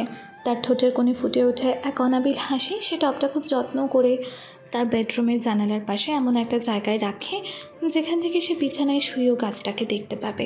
সেদিন দুপুরে গাড়ির ভেতরে। ধন্যবাদ। হঠাৎ আবার ধন্যবাদ কোন উপলক্ষে? আমার নতুন বন্ধুর জন্য। ও, তাহলে তো তোমার বন্ধুর সাথে তোমার পরিচয় হয়ে গেছে। পছন্দ হয়েছে তোমার নতুন বন্ধুকে? খুব, কিন্তু কিন্তু তুমি কেন এটা করলে আহনাফ? আমার জন্য এত ভাবার তো তোমার কোনো দরকার নেই। দরকার আছে ঈশানা, কারণ তোমার একাকিত্বটা আমাকে কষ্ট দেয়। কিন্তু তুমি তো আমার ড্রাইভার, তোমার তো শুধু আমার নিরাপত্তার কথাই ভাবার কথা। আমার একাকিত্ব নিয়ে ভাবা তো তোমার কাজ নয়। হয়তো নয়, কিন্তু কিছু কিছু দায়িত্ব চাকরির বাইরেও থেকে যায়, তাই না? যেমন একজন মানুষ হিসাবে আর একজন মানুষের পাশে দাঁড়ানো, আমি তো শুধু সেটুকু করার চেষ্টা করছি। আচ্ছা আহনাফ, তোমার কি কখনো মনে হয় না যে তুমি একজন ড্রাইভারের চাকরি চেয়েও ভালো কিছুর যোগ্য? কেন? তোমার কি মনে হয় আমি খুব ভালো ড্রাইভার নই? তোমার মতো একজন স্পিড লাভার ম্যাডামকে সামলানো কিন্তু চারটিখানি কথা না। হ্যাঁ, আমি তো বলিনি। আমি বলতে চেয়েছি তোমার কথাবার্তা, তোমার চিন্তাধারা সব কিছুই অন্যরকম। আমার কখনো কখনো মনে হয় তুমি ড্রাইভার নও, অন্য কিছু। ঈশানার এই কথায় আহনাফের বুকের ভেতরটা ধক করে ওঠে। সে কি তবে কিছু সন্দেহ করতে শুরু করেছে? কি ভাবো তুমি আমাকে? কোনো ছদ্মবেশী গোয়েন্দা যে কিনা কোনো বড় রহস্যের সমাধান করতে তোমার ড্রাইভার সেজেছে? হতেও পারে, তোমার যা বুদ্ধি তাতে তোমাকে দিয়ে সবই সম্ভব। তাহলে তো তোমার আমাকে আরো বেশি করে সমীহ করে চলা উচিত, কি বলো? একদমই না, তুমি গোয়েন্দা হও আর জেমস বন্ডি হও। আমার কাছে তুমি আমার সেই ঝগড়াটে 60 দশকই ড্রাইভারই থাকবে। আমাদের মিষ্টি খুনসুটির মধ্য দিয়ে গাড়িটা এগিয়ে চলে, কিন্তু ঈশানার মনটা আজ পুরোপুরি বদলে গেছে। আমার দেওয়া সেই ছোট্ট মেনি প্ল্যানটা যেন তার সূক্ষ্ম হৃদয়ে ভালোবাসার বীজ বুনে দিয়েছে। সে বুঝতে পারে যে শুধু এই ছেলেটার প্রতি আকৃষ্ট নয়, সে রীতিমতো আমার প্রেমে পড়তে শুরু করেছে। এক সাধারণ ড্রাইভারের অসাধারণ ভালোবাসার কাছে তার এতদিনের অহংকার, তার স্ট্যাটাস সবকিছু আজ তুচ্ছ মনে হচ্ছে। এভাবেই তাদের দিন কাটতে থাকে। আহনাফের দেওয়া ছোট উপহারটি ঈশানার মনে ভালোবাসার জন্ম দিয়েছে।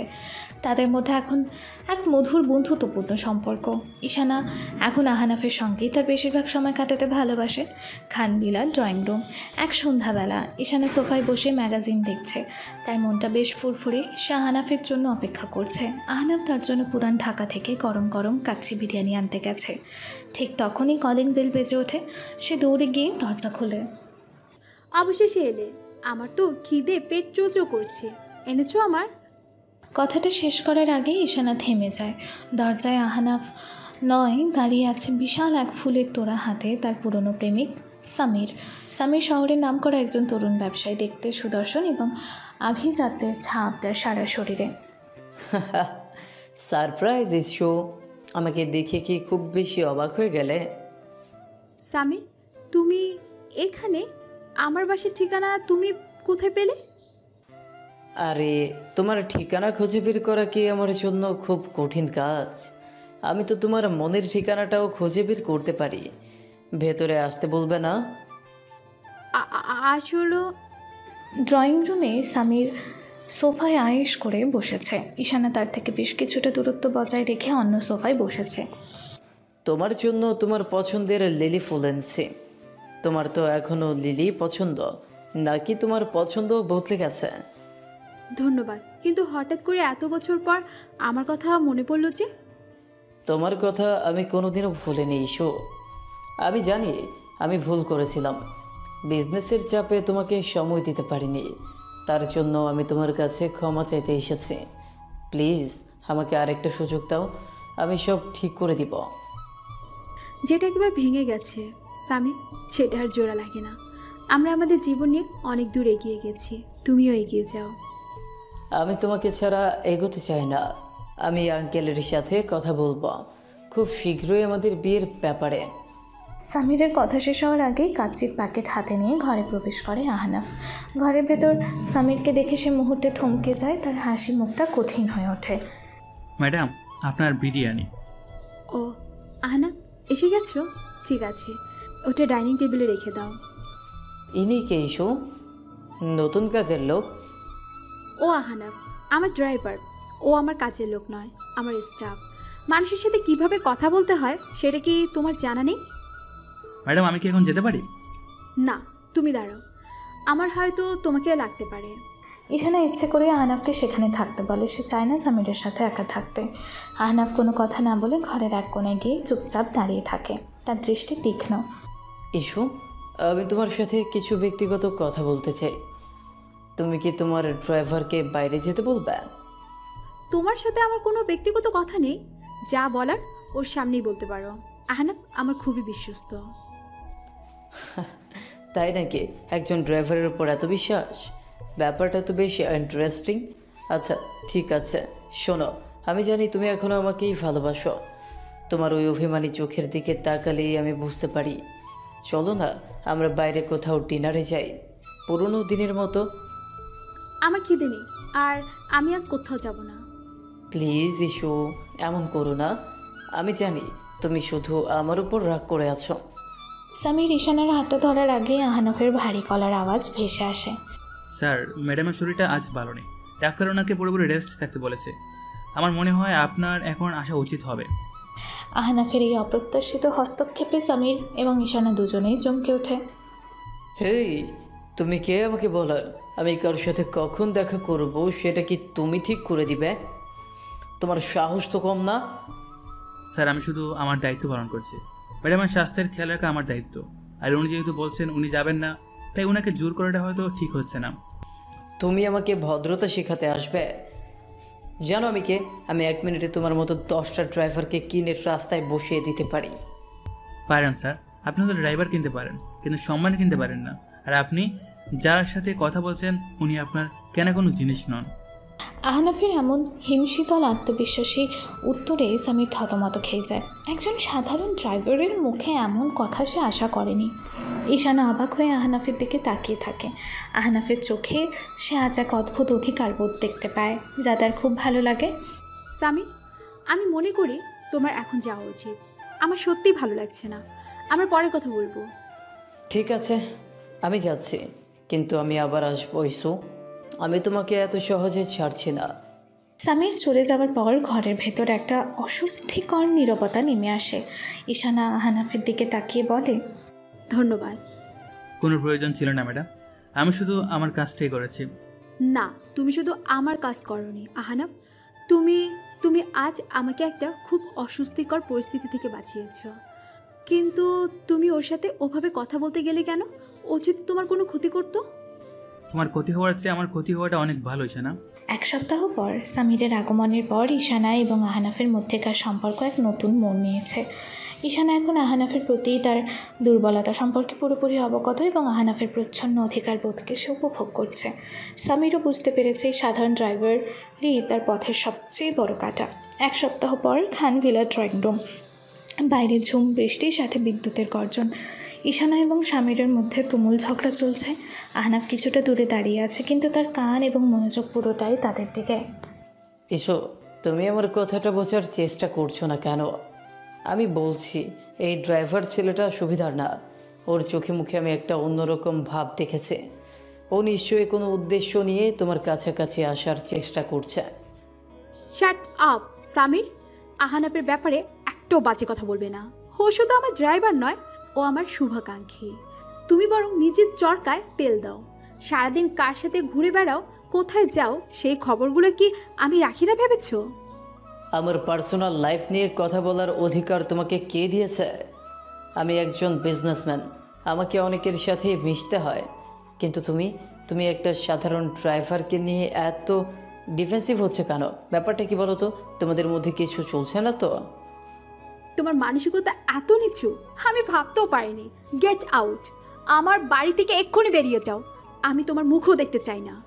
সামির অপমানিত হয়ে কটকট করে বেরিয়ে যায়। সে যাওয়ার আগে একবার ঘৃণা ভরে আহনাফের দিকে তাকিয়ে দেখে যায়। সামির চলে যাওয়ার পর ঈশানা কান্নায় ভেঙে পড়ে, সোফায় বসে পড়ে। ম্যাডাম, আপনি ঠিক আছেন? না, আমি ঠিক নেই। আমার কিছুই ভালো লাগছে না। আমার দম বন্ধ হয়ে আসছে এই বাড়িতে। আহনাফ, তুমি কি আমাকে এখান থেকে অনেক দূরে কোথাও নিয়ে যেতে পারবে, যেখানে কোনো কোলাহল থাকবে না, কোনো পরিচিত মুখ থাকবে না? কোথায় যেতে চান ম্যাডাম? জানি না, শুধু গাড়ি চালাও, নন স্টপ। ঢাকা মাওয়া এক্সপ্রেসওয়ে।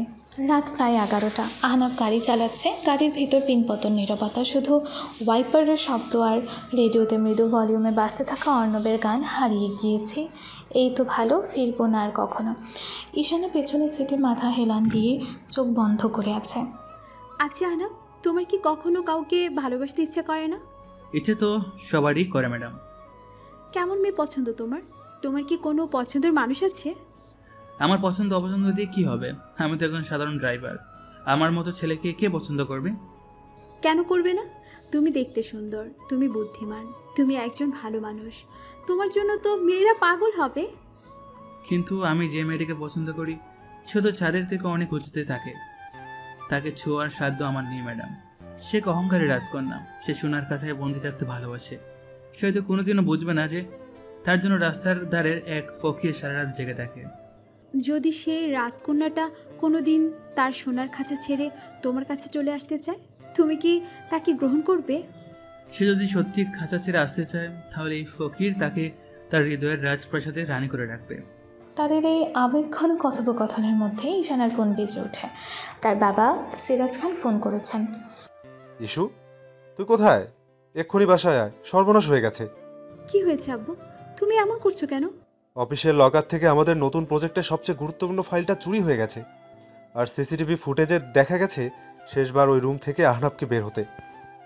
পরদিন সকালে খানভিলা ড্রয়িং রুমে পরিবেশ থমথমে। সিরাজ খান, ঈশানা এবং সামির বসে আছে।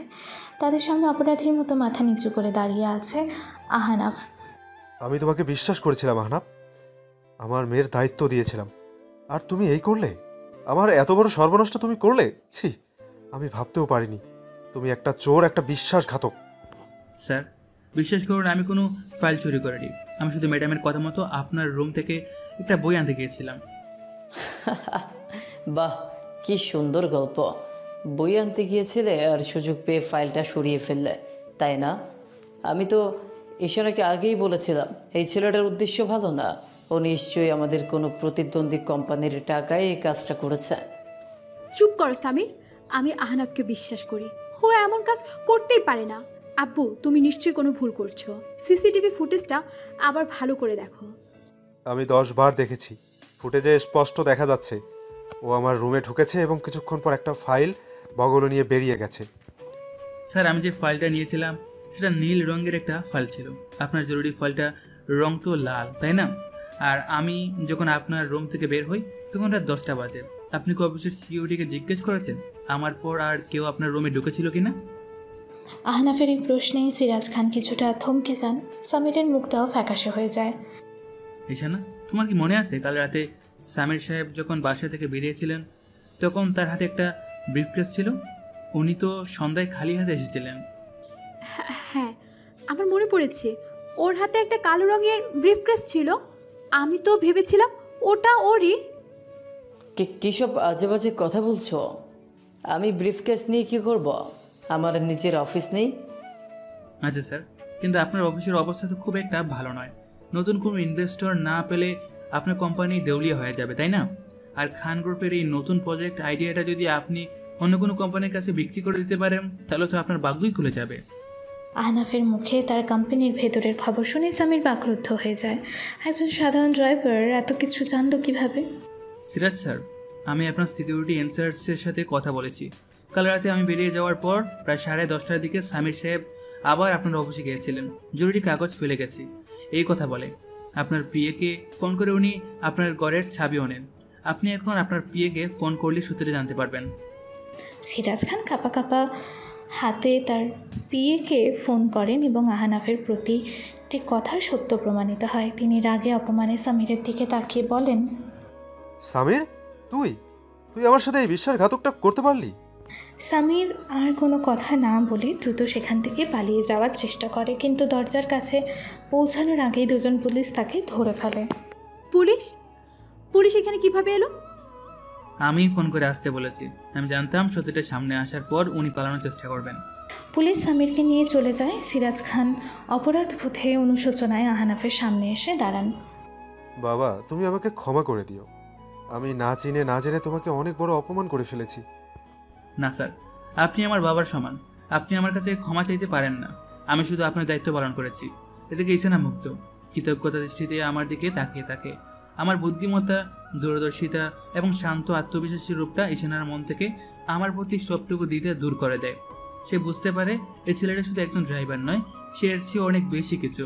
তার বিশ্বাস আমার প্রতি আরও 1000 গুণ বেড়ে যায়। এই ঘটনার 2 দিন পর খানভিলা স্টাডি রুম। সিরাজ খান ফাইলপত্র দেখছেন, কিন্তু তার মনোযোগ বারবার চলে যাচ্ছে। ঈশানা ধীর পায়ে ঘরে প্রবেশ করে, তার চোখে মুখে এক দৃঢ় সংকল্পের ছাপ। আব্বু, তোমার সাথে আমার কিছু কথা ছিল। বল, আমি শুনছি। আমি আমার জীবন নিয়ে একটা চূড়ান্ত সিদ্ধান্ত নিয়েছি, আর আমি চাই তুমি সেই সিদ্ধান্তে আমাকে সাপোর্ট করো। কি সিদ্ধান্ত? আবার নতুন কোনো আবদার? এবার কোনো ব্র্যান্ডের গাড়ি লাগবে তোর? না আব্বু, গাড়ি বাড়ি টাকা পয়সা এসবের ঊর্ধ্বে উঠে আমি একটা সিদ্ধান্ত নিয়েছি। আমি আমি বিয়ে করতে চাই। বিয়ে শব্দটা শুনে সিরাজ খানের মুখে হাসি ফুটে ওঠে। তিনি ভাবেন সামিরের ঘটনার পর হয়তো নীর সুমতি হয়েছে। আলহামদুলিল্লাহ, ফাইনালি তোর মুখে এই কথাটা শুনতে পেলাম। আমি তো এটাই চাই। তোর জন্য আমি দেশের সেরা ছেলে খুঁজে বের করব। চৌধুরী গ্রুপ অফ ইন্ডাস্ট্রিজের ছেলেটা মনে আছে? আরমান চৌধুরী। ছেলেটা দেখতে যেমন সুন্দর তেমনি ব্রিলিয়েন্ট। তোর সাথে খুব মানাবে। আমার জন্য তোমাকে আর কোনো ছেলে খুঁজতে হবে না আব্বু। আমি আমার পছন্দের মানুষ খুঁজে পেয়েছি। খুঁজে নিয়েছিস? কে সে? আমি কি তাকে চিনি? হ্যাঁ, তুমি তাকে খুব ভালো করে চেনো। আমি আমি আহনাফকে ভালোবাসি আব্বু, আর আমি তাকে বিয়ে করতে চাই। ঈশানার মুখে আহনাফের নাম শোনার সাথে সাথে সিরাজ খানের হাসি মুখটা পাথরের মতো কঠিন হয়ে যায়। তিনি অবিশ্বাসের দৃষ্টিতে মেয়ের দিকে তাকিয়ে থাকেন। কয়েক মুহূর্ত চুপ করে থেকে তারপর বরফ শীতল গলায় বলেন, কি বললি তুই? আবার বল। বললাম তো, আমি আহনাফকে ভালোবাসি এবং তাকে বিয়ে করতে চাই। সিরাজ খান টেবিলে সজোরে একটা চাপড় মেরে চিৎকার করে বলেন, তোর মাথা খারাপ হয়ে গেছে ঈশানা? তুই কি জানিস তুই কি বলছিস?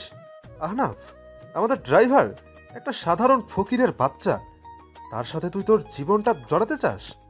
তোর লজ্জা করছে না এই কথাটা আমার সামনে বলতে? আহনাফ ফকির হতে পারে, কিন্তু সে একজন ভালো মানুষ আব্বু। সে সৎ, সে বুদ্ধিমান, সে আমাকে সম্মান করে, ভালোবাসে। টাকা দিয়ে তো সব কিছু হয় না। টাকা দিয়ে সব কিছু হয় না?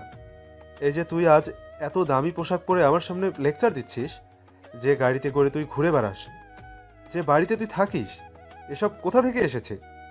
টাকা থেকে। আর তুই কি চাস আমার একমাত্র মেয়ে বস্তির মতো কোনো ভাড়া বাসায় গিয়ে থাকুক, রিক্সায় করে ঘুরে বেড়াক? যদি আহনাফের সাথে থাকতে হয় তাহলে আমি বস্তিতে থাকতেও রাজি আছি, ওর সাথে আমি রিক্সায় ঘুরতেও রাজি আছি, কারণ ওর সাথে আমি সুখী হব আব্বু, যা আমি তোমার এই বিশাল প্রাণহীন বাড়িতে কোনোদিনও হতে পারিনি। চুপ, একদম চুপ। এই বিয়ে কোনো দিনও হবে না। আমি বেঁচে থাকতে তো নয়। আজ থেকে তোর বাইরে যাওয়া বন্ধ। তুই এই বাড়িতে গৃহবন্দী হয়ে থাকবি যতক্ষণ না তোর মাথা থেকে এই পাগলামিটা বের হচ্ছে।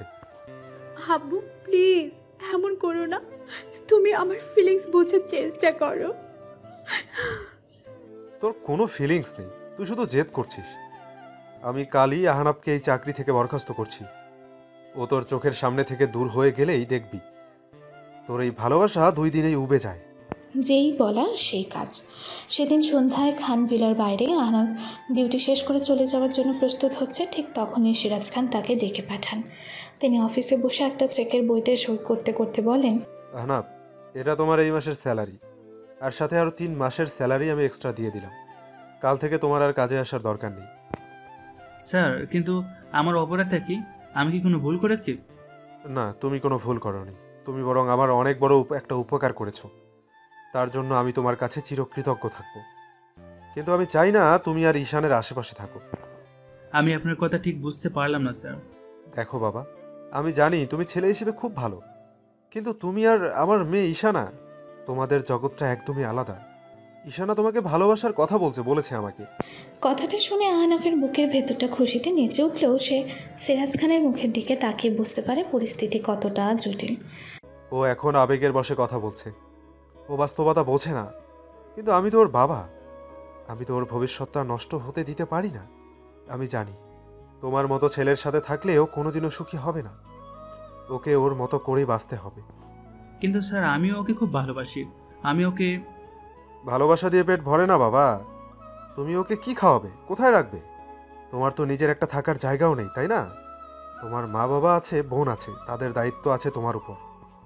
সিরাজ খান ইচ্ছে করেই আহনাফের বানানো গল্পের দুর্বল জায়গাগুলোতে আঘাত করেন। আমি তোমাকে অনুরোধ করছি বাবা, তুমি ঈশানের জীবন থেকে অনেক দূরে চলে যাও। ওকে ওর মতো করে বাঁচতে দাও। তুমি যদি সত্যি ওকে ভালোবেসে থাকো, তাহলে ওর ভালোর জন্য তুমি এটুকু করবে না? যদি যদি আমি না যাই? তাহলে আমাকে অন্য ব্যবস্থা নিতে হবে। তোমার মা আর বোনের ঠিকানা খুঁজে বের করতে আমার 1 ঘন্টার বেশি সময় লাগবে না। আমি চাই না তাদের কোনো ক্ষতি হোক। আশা করি তুমি আমাকে সেই পর্যন্ত যেতে বাধ্য করবে না। সিরাজ খানের এই প্রচ্ছন্ন হুমকি দিয়ে হানাফের চোখ দুটো জ্বলে ওঠে। সে বুঝতে পারে এই লোকটা তার মেয়ের খুশির জন্য যে কোনো পর্যায়ে নামতে পারে। সে ঈশানার কথা ভাবে, সে যদি এখন জেদ করে তাহলে সিরাজ খান হয়তো ঈশানার উপর আরও বেশি অত্যাচার করবেন, আর তার বানানো পরিবারের ক্ষতি করার হুমকি তো আছেই। ঠিক আছে স্যার, আমি চলে যাব। ঈশানাকে বলবেন যে আমি এর চেয়ে ভালো একটা চাকরি পেয়েছি, তাই চলে গেছি, ওই জন্য ভালো থাকে। এই বলে আমি আর এক মুহূর্তেও না দাঁড়িয়ে চেকটা টেবিলে ফেলে রেখে ঘর থেকে বেরিয়ে আসলাম। আমার বুকের ভেতরটা ভেঙে চুরমার হয়ে যাচ্ছে। যে মেয়েটার ভালোবাসা পাওয়ার জন্য আমি এত কিছু করলাম, আর সেই মেয়েটার ভালোর জন্যই আমি নীরবে বিদায় নিতে হচ্ছে। আমি একবারও ঈশানার সাথে দেখা করিনি, তাকে ফোনও করিনি। রাতের অন্ধকারে ঈশানার সাথে কোনো যোগাযোগ না করি আমি যেন শহর থেকে উধাও হয়ে গেছি। আজকে আমায় যেতেই হচ্ছে, কারণ খেলাটা এখন অন্যদিকে মোড় নেবে। সিরাজ খানের হুমকিতে আহনাফ চাকরি ছেড়ে এবং ঈশানার সাথে কোনো যোগাযোগ না করে উধাও হয়ে গেছে। ঈশানাকে তার বাবা বাড়িতে প্রায় গৃহবন্দী করে রেখেছেন। সে আহনাফের সাথে যোগাযোগ করার আপ্রাণ চেষ্টা করেও ব্যর্থ হচ্ছে।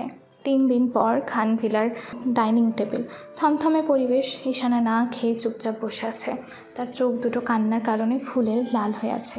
সিরাজ খান তার দিকে কঠিন দৃষ্টিতে তাকিয়ে আছেন। কি হলো, খাচ্ছিস না কেন? এভাবে না খেয়ে থাকলে কি আহনাফ ফিরে আসবে? আমি তোকে বলেছিলাম না ও একটা লোভী ছেলে? দেখলি তো, আমি ওকে চাকরি থেকে বের করে দেওয়ার কথা বলতেই ও কেমন টাকার জন্য আমাকে ব্ল্যাকমেইল করার চেষ্টা করলো। আমি যখন রাজি হলাম না তখন সে লেজ ঘুটিয়ে পালিয়েছে। মিথ্যা কথা, আহনাফ এমন ছেলেই না। তুমি তুমি নিশ্চয়ই ওকে কোনো হুমকি দিয়েছো, তুমি ওকে ভয় দেখিয়েছো, তাই না আব্বু? সত্যি করে বলো, তুমি ওর সাথে কি করেছো? আমি যা করেছি তোর ভালোর জন্যই করেছি। এখন চুপচাপ খেয়ে নে, আর 2 দিন পর আরমান চৌধুরীর পরিবার তোকে দেখতে আসবে।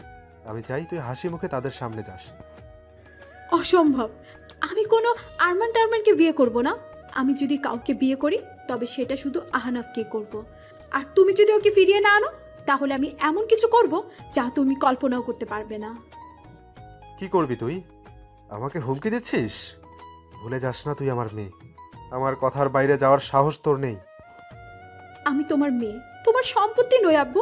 তুমি আমার জীবনটা নিয়ন্ত্রণ করতে পারো না। আমি আহনাফকে খুঁজে বের করবই। ঈশানা আর এক মুহূর্ত না দাঁড়িয়ে প্রায় দৌড়ে নিজের ঘরে চলে যায় এবং সজোরে দরজাটা বন্ধ করে দেয়। সেই রাতটা ছিল তার জীবনের সবচেয়ে কঠিন রাত। সে প্রথমবার তার বাবার সিদ্ধান্তের বিরুদ্ধে বিদ্রোহ করার সিদ্ধান্ত নেয়। সেই রাতে প্রায় 2টো বাজে ঈশানা তার ঘরের বারান্দা দিয়ে একটা দড়ির সাহায্যে নিচে নামছে। তার পরনে সাদা একটা সালোয়ার কামিজ, পিঠে একটা ব্যাগ। সে তার বিলাসবহুল জীবন, তার অহংকার সব কিছু পেছনে ফেলে শুধু তার ভালোবাসাকে খোঁজার জন্য বেরিয়ে পড়েছে। সে বাড়ি থেকে বেরিয়ে একটা সিএনজি নেয়। তার গন্তব্য আহনাফের দেওয়া সেই ঠিকানা, মোহাম্মদপুরের এক ঘিঞ্জি এলাকা। পরের দিন সকালে মোহাম্মদপুরের একটি নিম্ন মধ্যবিত্ত এলাকা, সরু গলি, স্যাঁতস্যাঁতে পরিবেশ। ঈশানা ওড়না দিয়ে নাক ঢেকে একটা নির্দিষ্ট বাড়ির সামনে এসে দাঁড়ায়। এটাই আহনাফের ঠিকানা। ঈশানা দরজায় নক করে। একজন বয়স্ক মহিলা দরজা খোলেন। খালামা, আসসালামু আলাইকুম। এটা কি আহনাফের বাড়ি? আহনাফ? কোন আহনাফ মা? এই বাড়িতে তো আমরা গত 10 বছর ধরে আছি। এই নামে তো এখানে কেউ থাকে না। কিন্তু কিন্তু ও তো আমাকে এই ঠিকানায় দিয়েছিল। ওর মা আর একটা ছোট বোন আছে। না মা, তুমি নিশ্চয়ই কোনো ভুল করেছ। এই গলিতে এই নামে কোনো ছেলে থাকে না। ঈশানার পায়ের নিচের মাটি যেন সরে যায়। সে বুঝতে পারে আহনাফ তাকে তার পরিবার সম্পর্কে যা যা বলেছে সব কিছুই ছিল মিথ্যা। কিন্তু কেন আহনাফ তাকে এভাবে ঠকালো? একটি সাধারণ রেস্টুরেন্ট। ঈশানা তার বেস্ট ফ্রেন্ড রিয়ার সাথে বসে আছে। সে গত 2 দিন ধরে ঢাকার বিভিন্ন জায়গায় বিভিন্ন বস্তিতে আহনাফকে খুঁজে বেড়াচ্ছে। তার অবস্থা পাগলের মতো। ইস্যু, তুই কি পাগল হয়ে গেছিস? তুই এইভাবে কোথায় কোথায় ওকে খুঁজে বেড়াবি? তুই তোর আসল নাম ছাড়া আর কিছুই জানিস না। ওর পরিবারের ঠিকানাটাও তো ভুল। আমি জানি না রিয়া, আমি কিচ্ছু জানি না। আমার শুধু মনে হচ্ছে আহনাফ কোনো বড় বিপদে পড়েছে। ও আমাকে ইচ্ছে করে ঠকায়নি। নিশ্চয়ই এর পেছনে কোনো বড় কারণ আছে। আমার মন বলছে ও এখানে আছে, আমার আশেপাশে কোথাও আছে। কি কারণ থাকতে পারে? তুই কি একবারও ভেবে দেখেছিস হতে পারে তোর বাবাই ঠিক? ছেলেটা হয়তো সত্যি কোনো প্রতারক ছিল যে তোকে ফাঁসানোর জন্য এসেছিল, এখন ধরা পড়ে যাবার ভয়ে পালিয়েছে। না, ওর চোখ দুটো মিথ্যে বলতে পারে না রিয়া। আমি ওর চোখে আমার জন্য ভালোবাসা দেখেছি, সম্মান দেখেছি। ও প্রতারক হতে পারে না, আমি ওকে খুঁজে বের করবই। সেই দিন থেকে ঈশানার এক নতুন জার্নি শুরু হয়। সে তার দামি গাড়ি, তার বিলাসবহুল জীবন সব কিছু ছেড়ে দিয়ে সাধারণ মানুষের মতো ঢাকার রাস্তায় রাস্তায় ঘুরতে থাকে। সে বিভিন্ন গ্যারেজে ড্রাইভারদের আড্ডায় গিয়ে আহনাফের খোঁজ করে। এই খোঁজার জার্নিটা তাকে জীবনের কঠিন বাস্তবতার সাথে পরিচয় করিয়ে দেয়। সে দেখে মানুষ কত অল্প টাকায় দিন কাটায়, কত কষ্ট করে তাদের জীবন চলে। এভাবেই প্রায় 1 মাস পর কামালপুর রেল স্টেশন। ঈশানা এখন অনেকটাই বদলে গেছে। তার পরনে সাধারণ সুতির সালোয়ার কামিজ, মুখে কোনো মেকআপ নেই, কিন্তু তার চোখে আছে এক অদ্ভুত দৃঢ়তা। সে স্টেশনের এক চায়ের দোকানে বসে এক অসহায় বৃদ্ধের সাথে কথা বলছে, তাকে নিজের টিফিন বক্স থেকে খাবার বেড়ে দিচ্ছে। বাবা, আপনার ছেলেমেয়েরা কেউ আপনার খোঁজ নেয় না? না মা, গরিব বাপের খোঁজ কে আর রাখে। তুমি যে আমাকে আজ দয়া করে খেতে দিলে, আল্লাহ তোমার ভালো করবেন। ঈশানার চোখ দুটো ভিজে ওঠে। সে আজ বুঝতে পারে জীবনের আসল সুখ টাকা পয়সা নয়, মানুষের ভালোবাসায়। ঠিক তখনই প্ল্যাটফর্মের অন্য প্রান্তে সে একটি পরিচিত ছায়ামূর্তি দেখতে পায়। তার হৃৎপিণ্ডটা ধক করে ওঠে। আহনাফ? ছেলেটা একটা হুডি পরে আছে, তার মুখটা ঠিকমতো দেখা যাচ্ছে না, কিন্তু ঈশানার মন বলছে এটা আহনাফই। সে প্রায় দৌড়ে ভিড়ের মধ্যে দিয়ে ছেলেটার দিকে এগিয়ে যায়। আহনাফ, আমি জানতাম আমি তোমাকে খুঁজে পাবো। ছেলেটা ঘুরে তাকায়, কিন্তু সে আহনাফ নয়, অন্য কেউ। ঈশানার সব আশা এক মুহূর্তে ভেঙে চুরমার হয়ে যায়।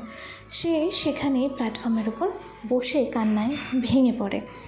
তার এই 1 মাসের কঠিন জার্নি, তার এই পাগলামি সবই কি তাহলে বৃথা? সে কি আর কোনোদিনও তার ভালোবাসার মানুষটিকে খুঁজে পাবে না? অন্যদিকে আহনাফের অনুপস্থিতিতে খান গ্রুপে এক ভয়ঙ্কর ব্যবসায়িক সংকটে মুখে পড়েছে। 2 মাস পর খান গ্রুপের বোর্ডরুম, থমথমে হতাশাজনক পরিবেশ। সিরাজ খান তার কোম্পানির সিনিয়র কর্মকর্তাদের নিয়ে মিটিং করছেন। তার চেহারা বিধ্বস্ত, চুলগুলো অবিন্যস্ত। কোম্পানির শেয়ারের দাম অস্বাভাবিকভাবে পড়ে গেছে। পাওনাদাররা টাকার জন্য চাপ দিচ্ছে। ফাইন্যান্স হেড বলেন, স্যার, অবস্থা খুবই খারাপ। আমাদের সবচেয়ে বড় ইনভেস্টার ইন্টারন্যাশনাল টেক্সটাইল গ্রুপ তাদের বিনিয়োগ তুলে নিয়েছে। ব্যাংকের লোনের কিস্তি দেওয়ারও তারিখ পেরিয়ে গিয়েছে। এই মুহূর্তে যদি মার্কুলাস কোথাও থেকে বড় কোনো ফান্ড না আসে, তাহলে আমাদের কোম্পানিকে দেউলিয়া ঘোষণা করা ছাড়া আর কোনো উপায় থাকবে না। কিন্তু কিভাবে সবকিছু এত তাড়াতাড়ি শেষ হয়ে গেল? আমি তো কিছুই বুঝতে পারছি না। মনে হচ্ছে কেউ যেন ইচ্ছে করে পেছন থেকে আমার বিরুদ্ধে ষড়যন্ত্র করছে। স্যার, ষড়যন্ত্র তো বটেই। আমাদের সব পুরনো ক্লায়েন্ট, ওরা একে একে চুক্তি বাতিল করছে। মনে হচ্ছে মার্কেটে কোনো অদৃশ্য শক্তি আমাদের বিরুদ্ধে কাজ করছে। সিরাজ খান হতাশ হয়ে চেয়ারে মাথা এলিয়ে দেন। তার এতদিনের পরিশ্রমে গড়া বিশাল সাম্রাজ্য তার চোখের সামনে ভেঙে পড়ছে। তার অহংকার, তার ক্ষমতা সব কিছুই আজ অর্থহীন মনে হচ্ছে। ঠিক তখনই তার ব্যক্তিগত সহকারীর ফোন আসে। কি হয়েছে? আমি না বলেছি আমি এখন মিটিংয়ে আছি। স্যার, একটা অবিশ্বাস্য খবর আছে। এশিয়ার অন্যতম বৃহৎ শিল্পগোষ্ঠী রহমান গ্রুপ আমাদের সাথে যোগাযোগ করছে। Rahman group? The Rahman group? কেন, তারা কি চায়? স্যার, তারা আমাদের পুরো কোম্পানি কিনে নিতে চায়। শুধু তাই নয়, তারা আমাদের সব দেনা শোধ করে দেবে এবং কোম্পানির কোনো কর্মীকেই ছাঁটাই করবে না। তারা শুধু ম্যানেজমেন্টের দায়িত্বটা নিতে চায়। এই খবরটা যেন মরুভূমিতে এক পশলা বৃষ্টির মতো শোনালো। বোর্ডরুমের সবাই অবিশ্বাসের দৃষ্টিতে একে অপরের দিকে তাকাতে লাগলো। অসম্ভব। রহমান গ্রুপ তো কখনো লস প্রজেক্টে ইনভেস্ট করে না। তারা কেন আমাদের এই ডুবন্ত জাহাজটা কিনতে চাইবে? এর পেছনে নিশ্চয়ই কোনো উদ্দেশ্য আছে। উদ্দেশ্য যাই থাকুক, এই মুহূর্তে এটাই আমাদের বাঁচার একমাত্র পথ।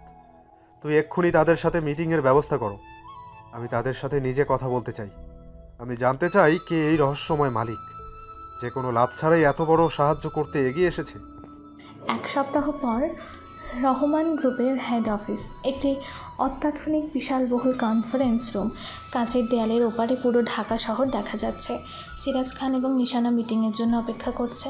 ঈশানাকে তার বাবা জোর করে এখানে নিয়ে এসেছেন। সে এখন অনেকটাই শান্ত, পরিণত। তার চোখে মুখে নেই কোনো অহংকার, আছে শুধু একরাশ শূন্যতা। ইস্যু, তুই কি এখনো আমার উপর রেগে আছিস? দেখ মা, আমি জানি আমি তোর সাথে অন্যায় করেছি। আমি ক্ষমতার লোভে অন্ধ হয়ে গিয়েছিলাম। আজ আমি তার শাস্তি পাচ্ছি। আমার সব কিছু শেষ হয়ে যাচ্ছে। কিছুই শেষ হয়নি আব্বু। যা শেষ হয়েছে তা হলো তোমার অহংকার। হয়তো এইটাই তোমার জন্য দরকার ছিল। তুমি তো কখনো সাধারণ মানুষের কষ্টটা বোঝারই চেষ্টা করো না। তুই ঠিকই বলেছিস। আমি যদি সেদিন আহনাফ ছেলেটার সাথে ওই ব্যবহারটা না করতাম, ও খুব ভালো ছেলে ছিল, তোর জন্য ওই পারফেক্ট ছিল। আমি চিনতে ভুল করেছি। এখন আর এসব বলে কী লাভ? আমি তো ওকে হারিয়েই ফেলেছি। ঠিক তখনই কনফারেন্স রুমের স্বয়ংক্রিয় দরজাটা খুলে যায়। স্যুট টাই পরা কয়েকজন উচ্চপদস্থ কর্মকর্তা ভেতরে প্রবেশ করেন এবং তাদের পেছনের মানুষটির জন্য অপেক্ষা করতে থাকেন। একজন কর্মকর্তা বলেন, স্যার, ম্যাডাম, আর মাত্র 2 মিনিট, চেয়ারম্যান স্যার আসছেন। সিরাজ খান এবং ঈশানা দুজনেই অধীর আগ্রহে অপেক্ষা করতে থাকে সেই রহস্যময় চেয়ারম্যানের জন্য। কিছুক্ষণ পর ঘরের দরজাটা আবারও খুলে যায়। ধীর স্থির আত্মবিশ্বাসী পায়ে মানুষটি ভেতরে প্রবেশ করে। তাকে দেখে ঈশানা এবং সিরাজ খানের পায়ের নিচের মাটি সরে যায়। তাদের দুজনার চোখেই বিস্ময়ে অবিশ্বাসে বিস্ফোরিত হয়ে যায়। নিখুঁত একটু স্যুটে, পায়ে গুচির লোফার, হাতে পটেক ফিলিপের ঘড়ি, কিন্তু মুখটা তাদের চিরচেনা। তাদের সবার পরিচিত তাদের বাড়ির সাধারণ ড্রাইভার আহনাফ রহমান। সে এসে বোর্ডের হেড চেয়ারটায় বসে শান্তভাবে বলে, আসসালামু আলাইকুম সিরাজ আঙ্কেল, আশা করি ভালো আছেন। তুমি আহনাফ? তুমি তুমি রহমান গ্রুপের চেয়ারম্যান? জি আঙ্কেল, আমার পুরো নাম আহনাফ রহমান। আমার বাবা মরহুম রফিকুর রহমান আপনার পুরনো বন্ধু ছিলেন। ঈশানা তখনও পাথরের মতো স্তব্ধ হয়ে দাঁড়িয়ে আছে। তার বিশ্বাসই হচ্ছে না, সে স্বপ্ন দেখছে না, সত্যি। তার মস্তিষ্ক যেন কাজ করা বন্ধ করে দিয়েছে। রফিকুর রহমানের ছেলে তুমি? কিন্তু কিন্তু তুমি তো বলেছিলে তোমার বাবা স্কুল মাস্টার, তোমার পরিবার। আমি মিথ্যা বলছিলাম আঙ্কেল, তার জন্য আমি ক্ষমা প্রার্থী। আবু মারা যাওয়ার পর কোম্পানির দায়িত্ব আমার কাঁধে আসে। আবু কিছুদিন আগেই মারা গেছেন, তাই আমি আপনাদের থেকে উদাও হয়ে গিয়েছিলাম। কিন্তু আব্বুর একটা শেষ ইচ্ছা ছিল, উনি চেয়েছিলেন আপনার মেয়ের সাথে আমার বিয়ে দিতে। কিন্তু আমি এমন কাউকে বিয়ে করতে চাইনি যে আমার টাকা আর ক্ষমতাকে ভালোবাসবে। আহনাফ এবার চেয়ার ছেড়ে উঠে দাঁড়ায় এবং ধীরে ধীরে ঈশানার দিকে এগিয়ে আসে। ঈশানা ভয়ে, বিস্ময়ে, অভিমানে পিছিয়ে যেতে থাকে। আমি শুধু দেখতে চেয়েছিলাম ঈশানা, আমি দেখতে চেয়েছিলাম তুমি কি তোমার ওই সোনার খাঁচাটা ছেড়ে তোমার অহংকারের খুলসটা ভেঙে বেরিয়ে আসতে পারো কিনা। আমি দেখতে চেয়েছিলাম তুমি কি একজন সাধারণ মানুষকে তার ভেতরের সৌন্দর্যের জন্য ভালোবাসতে পারো কিনা। তুমি তুমি আমার সাথে এত বড় একটা খেলা খেললে, আমার ভালোবাসা নিয়ে, আমার ফিলিংস নিয়ে তুমি মজা করলে। না ঈশানা, মজা আমি করিনি। আমি তোমাকে পরীক্ষা করেছি, আর তুমি সেই পরীক্ষায় শুধু পাশই করোনি, তুমি ফার্স্ট ক্লাস পেয়েছো। যেদিন তুমি তোমার সবকিছু ছেড়ে দিয়ে আমার ওই মিথ্যা ঠিকানায় আমাকে খুঁজতে বেরিয়েছিলে, সেদিনই আমার জেদা হয়ে গেছিল। আমি সেদিনই বুঝেছিলাম তুমি এর আগের ঈশানা নেই। তাহলে তুমি এতদিন আমার সামনে আসোনি কেন? কারণ আমি তোমার বাবাকেও একটা শিক্ষা দিতে চেয়েছিলাম। আমি চেয়েছিলাম উনি যেন বুঝতে পারেন টাকা বা ক্ষমতা দিয়ে সবকিছু হয় না, সম্মানের ভালোবাসা অর্জন করতে হয়। আহনাফ এবার ঈশানার সামনে হাঁটু গেড়ে বসে। তার চোখে মুখে আর কোনো ছদ্মবেশ নেই, আছে শুধু ভালোবাসা। ঈশানার হাতটা নিজের হাতে নিয়ে বলে, আমার ছদ্মবেশী পরিচয়টা হয়তো আজ শেষ ঈশানা, কিন্তু আমার ছদ্মবেশী ভালোবাসা আজ তোমার সামনে সত্যি হয়ে দাঁড়িয়েছে। তুমি কি রহমান গ্রুপের এই চেয়ারম্যানকে নয়, তোমার সেই জগরুটে 60 দশকে সাধারণ ড্রাইভারকে সারা জীবনের জন্য তোমার জীবনের ড্রাইভিং সিটে বসতে দেবে? আহনাফ, আমি কি বলবো? আমি তো কিছুই বুঝতে পারছি না। এসব সত্যি? তোমার চোখের জল যতটা সত্যি, আমার ভালোবাসাটাও ততটাই সত্যি না। এখন শুধু তোমার উত্তরের অপেক্ষা। আমার উত্তর তো আমি সেই দিনই দিয়ে দিয়েছিলাম, যেদিন আমি তোমার জন্য আমার বাড়ি ছেড়ে বেরিয়ে পড়েছিলাম। হ্যাঁ আহনাফ, আমি রাজি, 1000 বার রাজি। যথেষ্ট হয়েছে, এবার নাটকটা বন্ধ করো বাবা। আমার মেয়েটার শখ সহ্য করতে পারবে না। ঈশানা এবং আহনাফ দুজনেই চমকে সিরাজ খানের দিকে তাকায়। তিনি কাঁদছেন না, বরং তার মুখে এক রহস্যময় তৃপ্তির হাসি। তিনি চেয়ার ছেড়ে উঠে দাঁড়িয়ে হাততালি দিতে শুরু করেন। আব্বু, তুমি হাসছো? এখানে কি হচ্ছে এসব? আমি তো কিছুই বুঝতে পারছি না। যা হচ্ছে মা, সবই তোর ভালোর জন্যই হচ্ছে। আর এই পুরো নাটকের আসল ডিরেক্টর কিন্তু তোর এই বাবা। ডিরেক্টর? নাটক মানে কি? মানে হলো ঈশানা, তোমার বাবা যতটা সহজ সরল ততটা তিনি নন। উনি আমার থেকে অনেক বড় নায়ক। তখনই কনফারেন্স রুমের অন্য একটি দরজা খুলে ভিতরে প্রবেশ করেন আহনাফের বাবা জনাব রফিকুর রহমান, যাকে আহনাফ এতদিন মৃত বলে এসেছে। তার পাশে আছেন আহনাফের মাও। আঙ্কেল, আপনিও তো? আমি তো বেঁচে আছি মা, আর খুব ভালোভাবেই আছি। আমার বন্ধুর মেয়ের জীবনটা গোছাতে না দেখে কি আমি এত সহজে মরে যেতে পারি? আমার মাথা ঘুরছে। কেউ কি আমাকে খুলে বলবে এখানে আসলে কি হচ্ছে? খান গ্রুপের দেউলিয়া হয়ে যাওয়া, তোমার ড্রাইভার সেজে আসা, আব্বুর অসুস্থতা, সব কিছু কি মিথ্যা ছিল?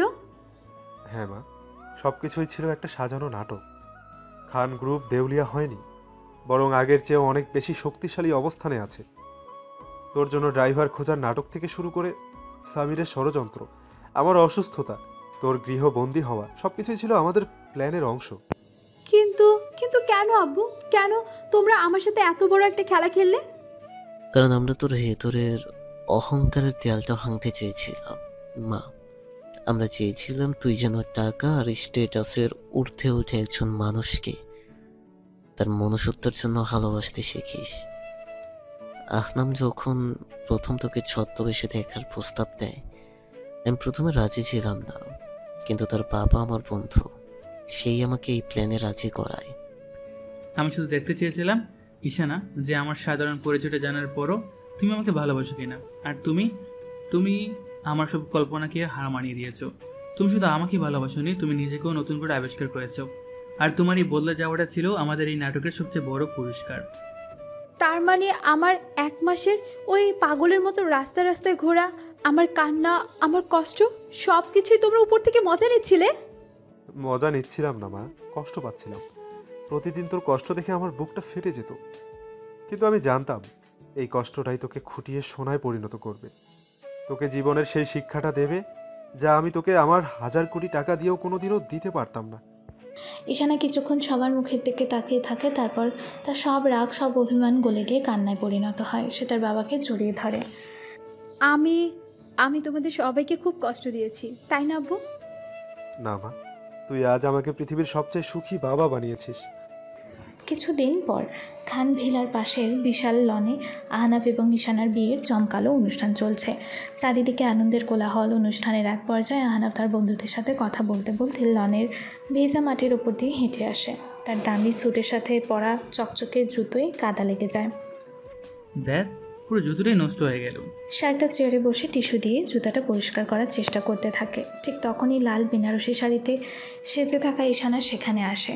সে আহনাফের এই অবস্থা দেখে কোনো কথা না বলে তার সামনে হাঁটু গেড়ে বসে পড়ে। ঈশানা, কি করছো তুমি? ওঠো, সবাই দেখছে। সবাই দেখুক। সে তার শাড়ির আঁচল দিয়ে নয়, একটা ভেজা রুমাল দিয়ে খুব যত্ন করে আহনাফের জুতোর কাদা মুছে দিতে শুরু করে। ঈশানা প্লিজ, এটা করার কোনো দরকার নেই। আমি তো আছে আহনাফ, খুব দরকার আছে। প্রথম দিন আমি আমার ক্ষমতার অহংকার তোমাকে দিয়ে আমার স্যান্ডেল পরিষ্কার করিয়েছিলাম, তোমার মনে আছে? আজ আমি আমার ভালোবাসার অধিকারে তোমার জুতো পরিষ্কার করে সেই ভুলের প্রায়শ্চিত্ত করতে চাই। ঈশানার খুব যত্ন করে জুতোটা পরিষ্কার করে দেয়, তারপর উঠে দাঁড়িয়ে আহনাফের দিকে হাত বাড়িয়ে দেয়। আমার সাধারণ ড্রাইভার সাহেব, এবার কি আপনার অহংকারী বইয়ের হাত ধরে বাকি জীবনটা চলার জন্য প্রস্তুত? আমি তো সেই প্রথম দিন থেকেই প্রস্তুত ছিলাম। আমার ছদ্মবেশী ভালোবাসা। তারা দুজনে হাতে হাত রেখে হাসতে হাসতে বেঞ্চের দিকে এগিয়ে যায়। তাদের এই হাসির শব্দে আর ভালোবাসার দৃষ্টি বিনিময়ের মধ্যে দিয়ে একটি অসাধারণ নাটকীয় এবং ছদ্মবেশী ভালোবাসার গল্প তার চূড়ান্ত পূর্ণতা পায়।